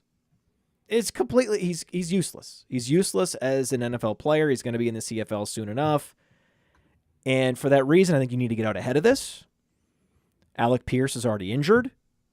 And so I think that you just need to line up behind Tyler Warren, Josh Downs, Adonai Mitchell, the guys that are healthy on this team, the guys that we know can make plays, the guys that we know are good football players. And I suggest getting one of those three guys in most drafts. I get it, man. But like, we knew coming in that the issue with Richardson was that he had minimal college playing experience. He had played like a quarter of the snaps that like most of the other prospects in his draft. Yeah, and that's fine because he's played all the snaps in preseason. He hasn't missed any time. He's had an incredible camp. He's been in all the meetings. He's been 100% healthy this whole offseason, and he's finally getting those reps that he. Oh wait. Oh, sorry. Whoops. Dude, I agree it's a crossroads year, but you got to give him the year. Okay, you can give him a year with your fantasy team. I don't have to. Okay. Fair enough. Yeah. That's okay. You can. First, sure, fine. But I'm not out here trying to draft Daniel Jones, right? And I don't think that like things can come together for Anthony Richardson at the quarterback position the way they can come together for Kyle Pitts at the tight end position. This is more of, are we developing a case for some of these weapons? Because if you're telling me 12 games, then I can't draft any of these guys. Yeah, I could. If you're still telling make me 12 a case. games, then I don't even know what to say. Like I'm like, what are we? I can't even draft Jonathan Taylor if they're gonna say if he's gonna have possessions robbed of him and red zone opportunities siphoned away. You're telling me that that whole team is a complete stay away. Maybe. I mean, if they like, it's obviously got to work. He's obviously got to be able to move the chains. But like, if there's some improvement, part of it, Matt, like the reason he completed under 50% of his throws last year, like his average depth of throw was ridiculous relative to other quarterbacks. Like it was 5 yards deeper than it was like more than twice what Tua's average depth of throw was. Correct. Last year, like more than double. And of course, you're going to have a lower percentage when you're taking those shots downfield. I just didn't understand the play calling. It's like it's not the Steichen's play calling. This is where I'm begging you and others to dial back the attribution of the performance to the offensive coordinator. It's not. It's not about that. He has options, and he chooses option X. Literally, okay. That's fair. Yeah, literally every time. Alec Pierce, and whether he's open or not, or whether he thinks he can make the throw or not, it doesn't matter. He is not wired in a way because think about it. It's such a delicate balance where you had these guys. Daniel Jones is a big arm. Okay, Tua has an arm. These players, they can throw. I mean, we saw Tua. Remember the throw to Devontae Smith in the college football playoffs? Yeah. He's not doing that anymore. It's been beat out of him. He's terrified. Okay? So you have to have enough aggressiveness, that perfect sort of balance, that perfect, efficient point where I am pushing the ball downfield where it makes sense, when it makes sense, and I am holding the defense accountable.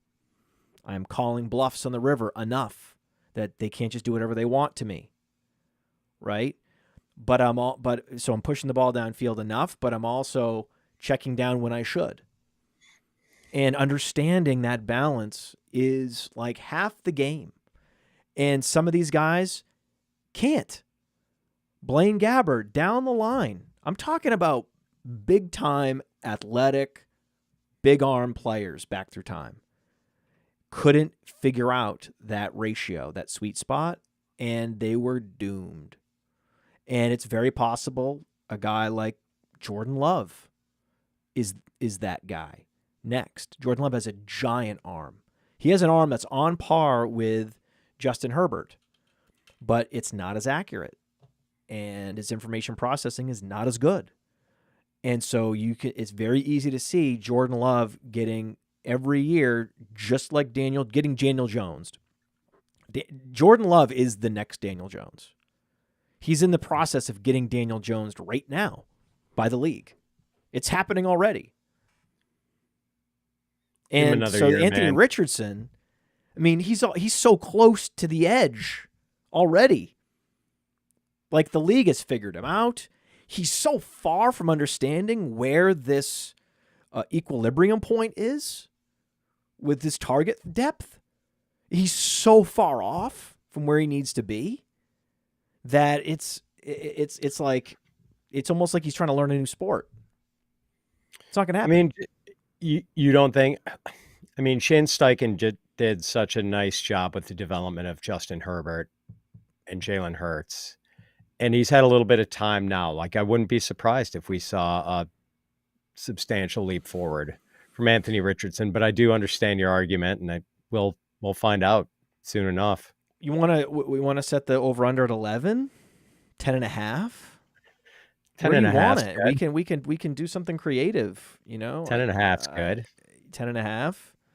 10.5. I'll send you a FastDraft hat.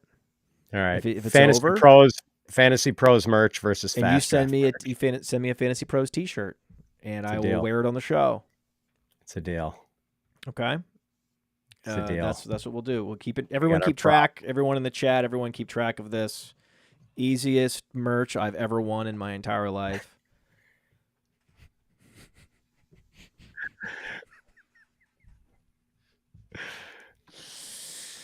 Oh yeah. He is the Bashal Tootin of quarterbacks. Okay. Drake May. See, Drake May is different. Drake May has mobility, but Drake May has already shown signs that he understands where that equilibrium is, and sky's the limit. So for me, Patriots stacks are the absolute top of my wish list and my shopping list in drafts. It's unbelievable. I mean, what a gift that, let's say you miss on, let's say you draft Pickens and you get sniped on Dak Prescott, and right, you drafted Jamar Chase and it's never going to happen. You're not going to get Burrow, and you still like, I got a stack. What am I going to do? Ooh, I don't even have to have Diggs. That's the beauty of it. I could just draft Drake May, and then whenever I feel like it, Pop Douglas. Whenever I feel like it, Hunter Henry. Mix in some Ramondre Stevenson. Like, there was a mock draft I did on FastDraft where I had all four of those guys back to back to back to back. Patriots onslaught, best value onslaught team stack, maybe in the history of fantasy. Yeah, May is my most rostered quarterback, and I don't know if people are understanding the rushing upside. It's huge. Like, he averaged, if you discount the Week 18 game where he was pulled after one series, May averaged, I want to say, like 36.3 rushing yards per start, which is like 616 rushing yards over a full season. But I think that's just scratching the surface of it. Like, he got almost all of that yardage on scrambles. I think he had just one designed run all of last season, and the Patriots offensive coordinator last year, Alex Van Pelt, said he had limited design runs for May intentionally to protect him. But now Josh McDaniels is running the offense, and like the last time we saw McDaniels with a super mobile quarterback, it was Cam Newton, and there were a lot of design runs for Newton that year, and he had 12 touchdown runs. And May had 2 touchdown runs last year, but at North Carolina, he had 16 touchdown runs in 26 starts. And as for the yardage, like when May was a sophomore, he had something like 650 rushing yards in 14 starts, and they count sack yardage against your rushing yardage in college stats, and he lost 200 yards in sacks that year. So it was really more like 850 rushing yards in 14 games. Like, there is big time rushing upside this year, and he was a competent passer last year, even though he had a crap offensive line and terrible receivers.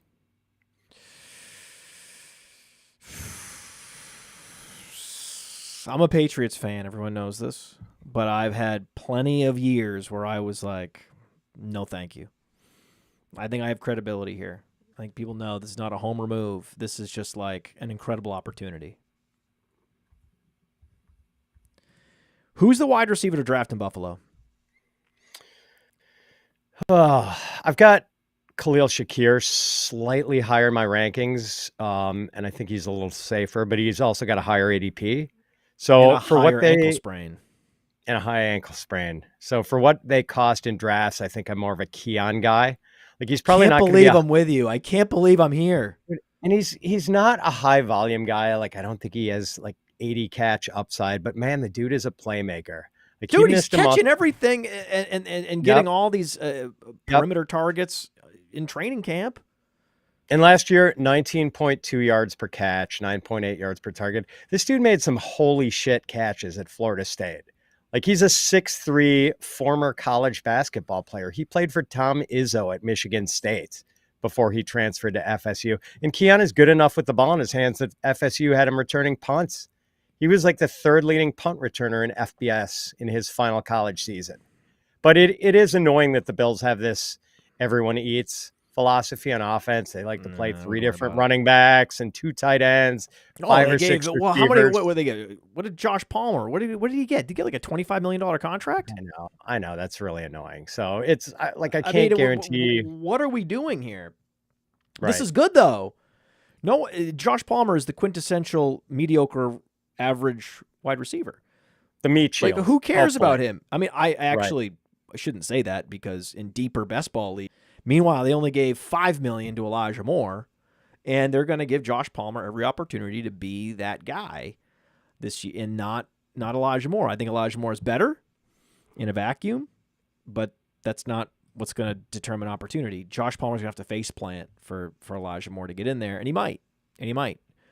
But given the upside of a potential wide receiver one in the Buffalo offense, Keon Coleman is a smash.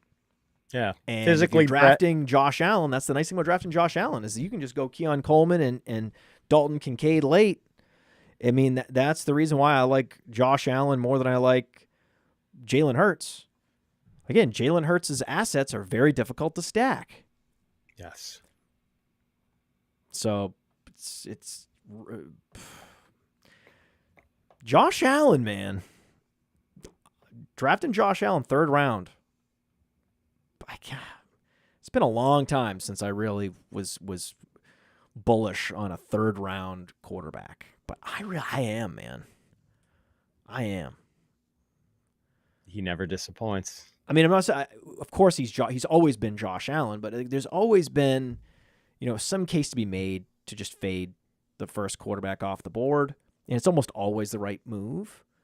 And again, I like I said, I like Penix. I love Bryce Young and the upside of Michael Penix and all these guys, but I'm pretty much staying out of the middle when it comes to quarterback, staying away from the Bo Nixes. And it's like, hey, if I can't get Josh Allen, Lamar Jackson, probably just going to wait and go with these late round guys, the J.J. McCarthy's and the Penixes. And I like best ball teams that have one of each. Right? In the especially if you can somehow stack Chase and Burrow. Right? And then you can come back with a late round stack too. An early round stack, then a late round stack. And the nice thing about getting Allen is that's technically an early round stack because you're investing early at quarterback, which is a big deal. But then to double stack it, it's just so straightforward. No one is out here trying to snipe you on Dalton Kincaid. No. So it's just super, super easy. And then again, in deeper leagues, you can then stack Josh Palmer. He's mediocre, but he's a Bill.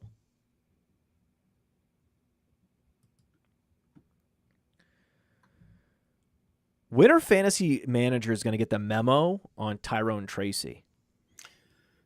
Yeah, I mean, things could change, but Tracy is pretty clearly number 1 right now. And, he looked dangerous and explosive as a rookie, and he's a former college receiver who's good as a pass catcher. Like, he's the guy to have right now in that back. Isn't this what you want? All you people, you love chasing these day 3 rookies, knowing there's a very small chance they break out in year 1. And then, like a Tootin, right? You're hoping he's Tracy, but he's not. And then you get a Tracy, and then the next year you're like, nah. Like, what? Enjoy it. If they went out and drafted a running back in the first round, if they took Hampton, then okay, move on. He's Trey Mason, whatever, bye-bye. But that's not what happened. They took a guy that runs a 4.7, and he's not even healthy.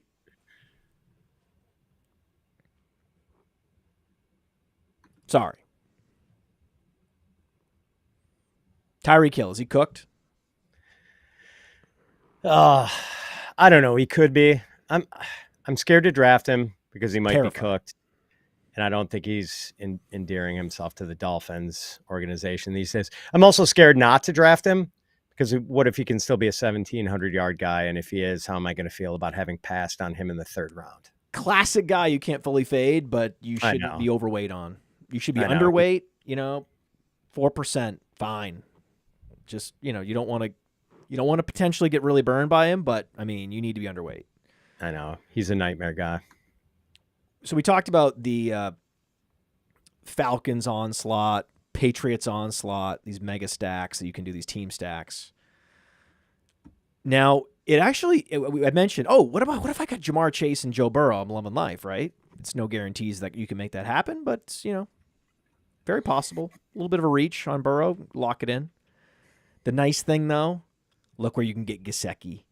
Look where you can get Taj Brooks. So you can onslaught the Bengals. And the Bengals are an awesome team to onslaught because they're going to lead the league in points. So if there is a case to onslaught a team, it would be the Bengals, and they just happen to have a hard all-purpose runner who, by all accounts, has the full trust of the coaching staff in Taj Brooks, who could be a breather back, who can have weeks in best ball, even without a Chase Brown injury. Then there's the Chase Brown injury contingent upside for him. And then there's Gesicki, who is an athletic tight end, and that's what we love. And there's been plenty of sort of super late breakouts, post-hype sleeper breakout tight ends. It's a pretty cool situation where, okay, I have Higgins. Maybe I can get Burrow, and if I can get Burrow, oh my God, it's on. Yeah, I like Taj, and I actually kind of called him going to the Bengals on one of our off-season shows. Yeah. But let me tell you a quick story, Matt. So I'm a Wisconsin graduate, and I was in the stands at Camp Randall when Melvin Gordon ran for 408 yards against Nebraska in the snow to break the NCAA single-game rushing record in, I think it was 2014. And I was thinking, how cool is that? Like, I got to see my guy, Mel Gordon, break the single-game rushing record. And then the very next Saturday, Samaje Perine of Oklahoma ran for 427 yards to break Melvin Gordon's record. And the moral of this story, Matt, is that Samaje Perine ruins things.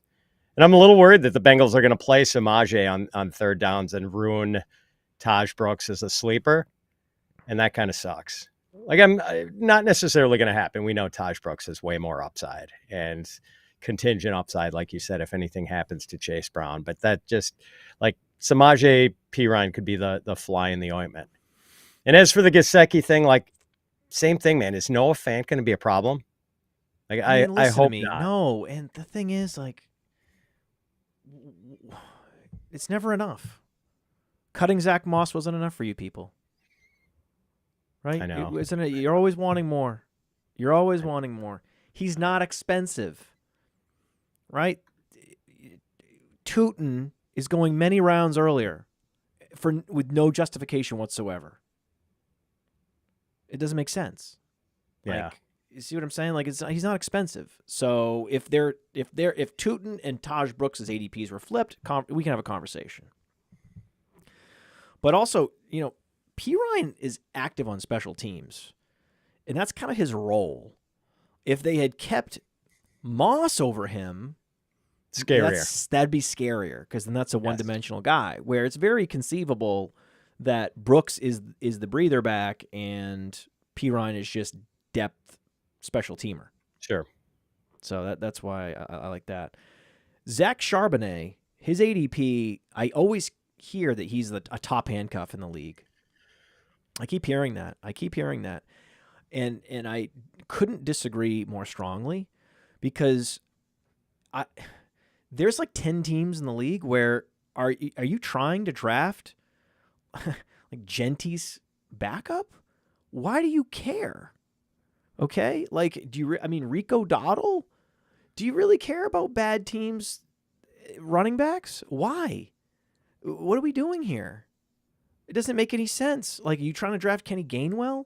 Like, there's just all these. I'm like, what is happening? Well, right? Like, to me, to be an attractive handcuff, I need some team level upside. Algier is an incredible, maybe the best pure handcuff because we know they're going to score a lot of points. They're going to run the ball, and he's going to be fitting right into the Bijan Robinson offense if something happens to Bijan. It's an incredible situation.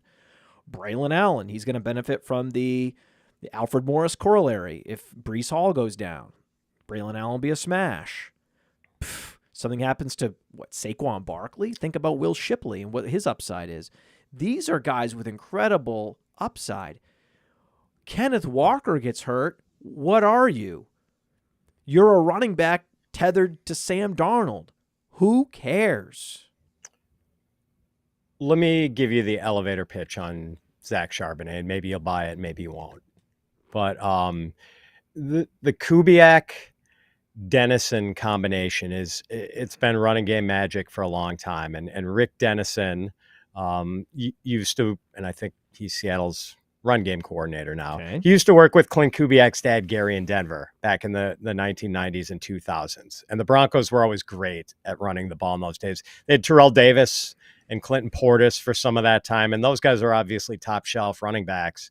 But the Broncos also got big, like these crazy one-off rushing seasons from anonymous dudes like Reuben Drones and Mike Anderson and Tatum Bell. And oh, by the way, when Gary Kubiak's son Clint was the Vikings offensive coordinator in 2021, Dalvin Cook had almost 1,200 rushing yards in 13 games. Like the Kubiak running scheme just works, man. And it does. I think that, and I think it's a very exciting time to be Damian Martinez. Yeah, and they drafted a fullback. Walker hasn't been able to stay healthy, and they drafted a fullback, and they drafted what's his name, Zabel, who's like probably the best offensive lineman in this class at like getting out and getting to the second level and planting dudes. And Charbonnet has been good whenever he's gotten a chance. Like he averaged 3.35 yards after contact per carry last year. And when Walker was hurt, Charbonnet had a 2-touchdown game against the Dolphins and another one against the Cardinals. And Charbonnet's had 75 catches over his first 2 seasons in a reserve role. Like he is, I think he's maybe the top handcuff in the league. Oh, no, I don't. My argument is, and again, let us know in the chat. We clearly disagree here, but I don't think you can even be top 5 if you're not in an offense that's going to be scoring points. Everything you're telling me tells me this is going to be a grinded out, slowed down offense where they try to hide Sam Darnold and they can't, and it's an offense that won't be able to get out of its own way. And now they don't have DK Metcalf, and it's just one of those things where everything is screaming. I either get JSN and nothing, JSN naked, or don't draft Seahawks. That's my position. It's going to be an RB centric offense, Matt. It's also going to be a JSN centric offense. I like JSN. No. I like JSN. Yeah. Well, the thing is, if you're losing, and again, a lot of these NFC West teams are going to be losing and losing and losing and losing. You could go under on all the NFC teams in the over/under to the total wins. I mean, it's hard to justify any of them actually hitting the over. It's weird. I know they're playing each other, but other than the games where they play each other, it's like this is going to be gross. The signal that you're getting from Seattle, just in their willingness to roll with Darnold, is just wrong. It's just wrong. I don't know. Have you heard that you think Damian Martinez is going to get cut? No, and I mean he's got an opening. I think he's going to be the third guy. It's either him or like George Holani. So, and I like Damian Martinez. But, I think Charbonnet is the higher pedigree, and Damian Martinez was a 7th-round pick. I liked him as a prospect, but the NFL said, they didn't like him that much. Better speed score than Charbonnet. Charbonnet has not been impressive as a pass catcher. So, 75 catches. I know, but that's not where his per catch metrics. He's not that efficient out there. He is very, very much like the Josh Palmer of running backs, where if the opportunity is there and everyone else has gotten injured and he's the number one in the offense, he could possibly give you 18 fantasy points. It's very possible. Josh Palmer can do that. But, in the longer sample, you're going to see basically the baseline average for a starter, and it's not special. And that's what Charbonnet is. If I'm going to get or put my chips down on a handcuff back on a relatively bad offense, I better have some faith in some special traits, right? Like, I'd rather have a Trey Benson, because I think Trey Benson has some explosive it factor where he can elevate a little bit if he gets the opportunity. Where I don't see Zach Charbonnet. I don't think he has an elevation element to his game. I think we've seen enough.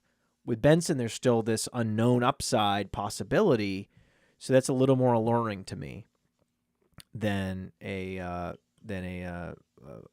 Zach Charbonnet. And you go down the board. I mean, I think the Packers' offense is going to struggle. Marshawn Lloyd's interesting, right? There's some size speed upside there, and I don't see that with Charbonnet, and that's just my personal opinion about how when I'm shopping, there's so many handcuff options. There's a lot of good ones, a lot of exciting handcuff options. Can't do it with Charbonnet. Can't do it because, again, he's gone. He's gone. He's not available, right? Like, when you're in the market, like, okay, I should grab some upside handcuff backs. He's gone. Charbonnet's been off the board for rounds when we get to that point. He does go early. It's just silly, right? I mean, he's going. He's like, is he the first? I think he's one of the first drafted. I mean, he's drafted what, a round after Tyrone Tracy, a round after who's a starter, a round after J.K. Dobbins, who's probably a starter, for at least temporarily. Really good to see the RB6 on the depth chart, R.J. Harvey, perform well this preseason. Tajay Spears, his ADP is crashing. Bashal Tootin, his ADP is crashing. And then you were at Zach Charbonnet.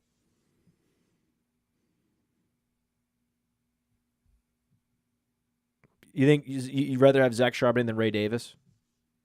I would, because the Bills are annoying and they play three backs. They play Ty Johnson led all running backs in air yards last year. Rather have Zach Charbonnet than Tank Bigsby? Yeah, Tank doesn't catch passes. More than Braylon Allen? Close. I think so. Jerome Ford? No, I'd rather a Ford. See, now this is how we end up circling Jerome Ford as the guy we're all we must draft him. Exactly. He's not even a handcuff. That's the beauty of it. So yeah, there was Jerome Ford was that guy last year. Like, he was a guy that you wanted to draft. There were two guys super late that were technically starters that were available. Jerome Ford was one. Do you remember the other? He had a great year. Who? Chuba Hubbard. Oh, yeah. Yeah. These were what they all have in common. They were drafted behind Zach Charbonnet. Who was your favorite late round tight end? I mean, late round, like Zach Ertz, probably. Yeah, why not? Mine's Jatavian Sanders. I think Jatavian Sanders. Again, good one.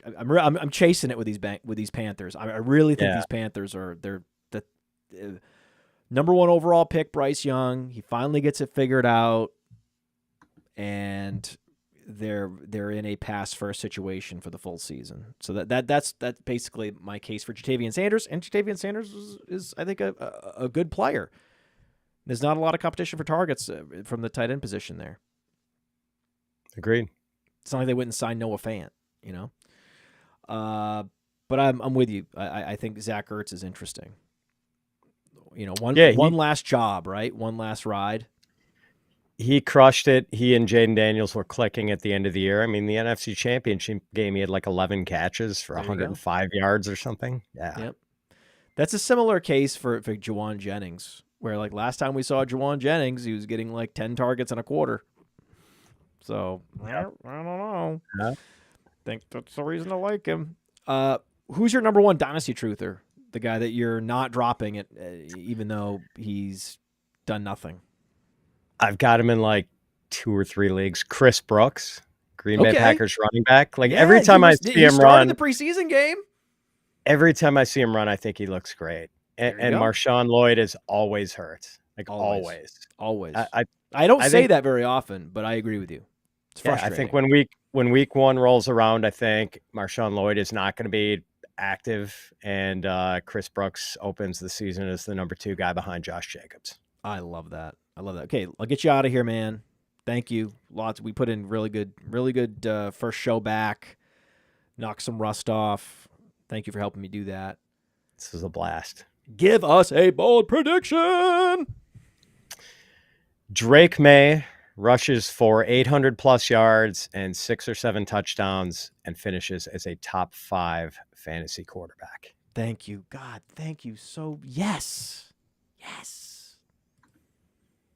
Hey, I want to take a moment to thank you for tuning in. It's important to me that all of our media be free. This is only possible because of you allowing a true independent sports media enterprise to thrive unlike any other in the business. So please subscribe to the All In Package to continue to make all of this possible, to ensure that all of our stats, information, data, content is available to you, especially you, the people that get the site and get the show.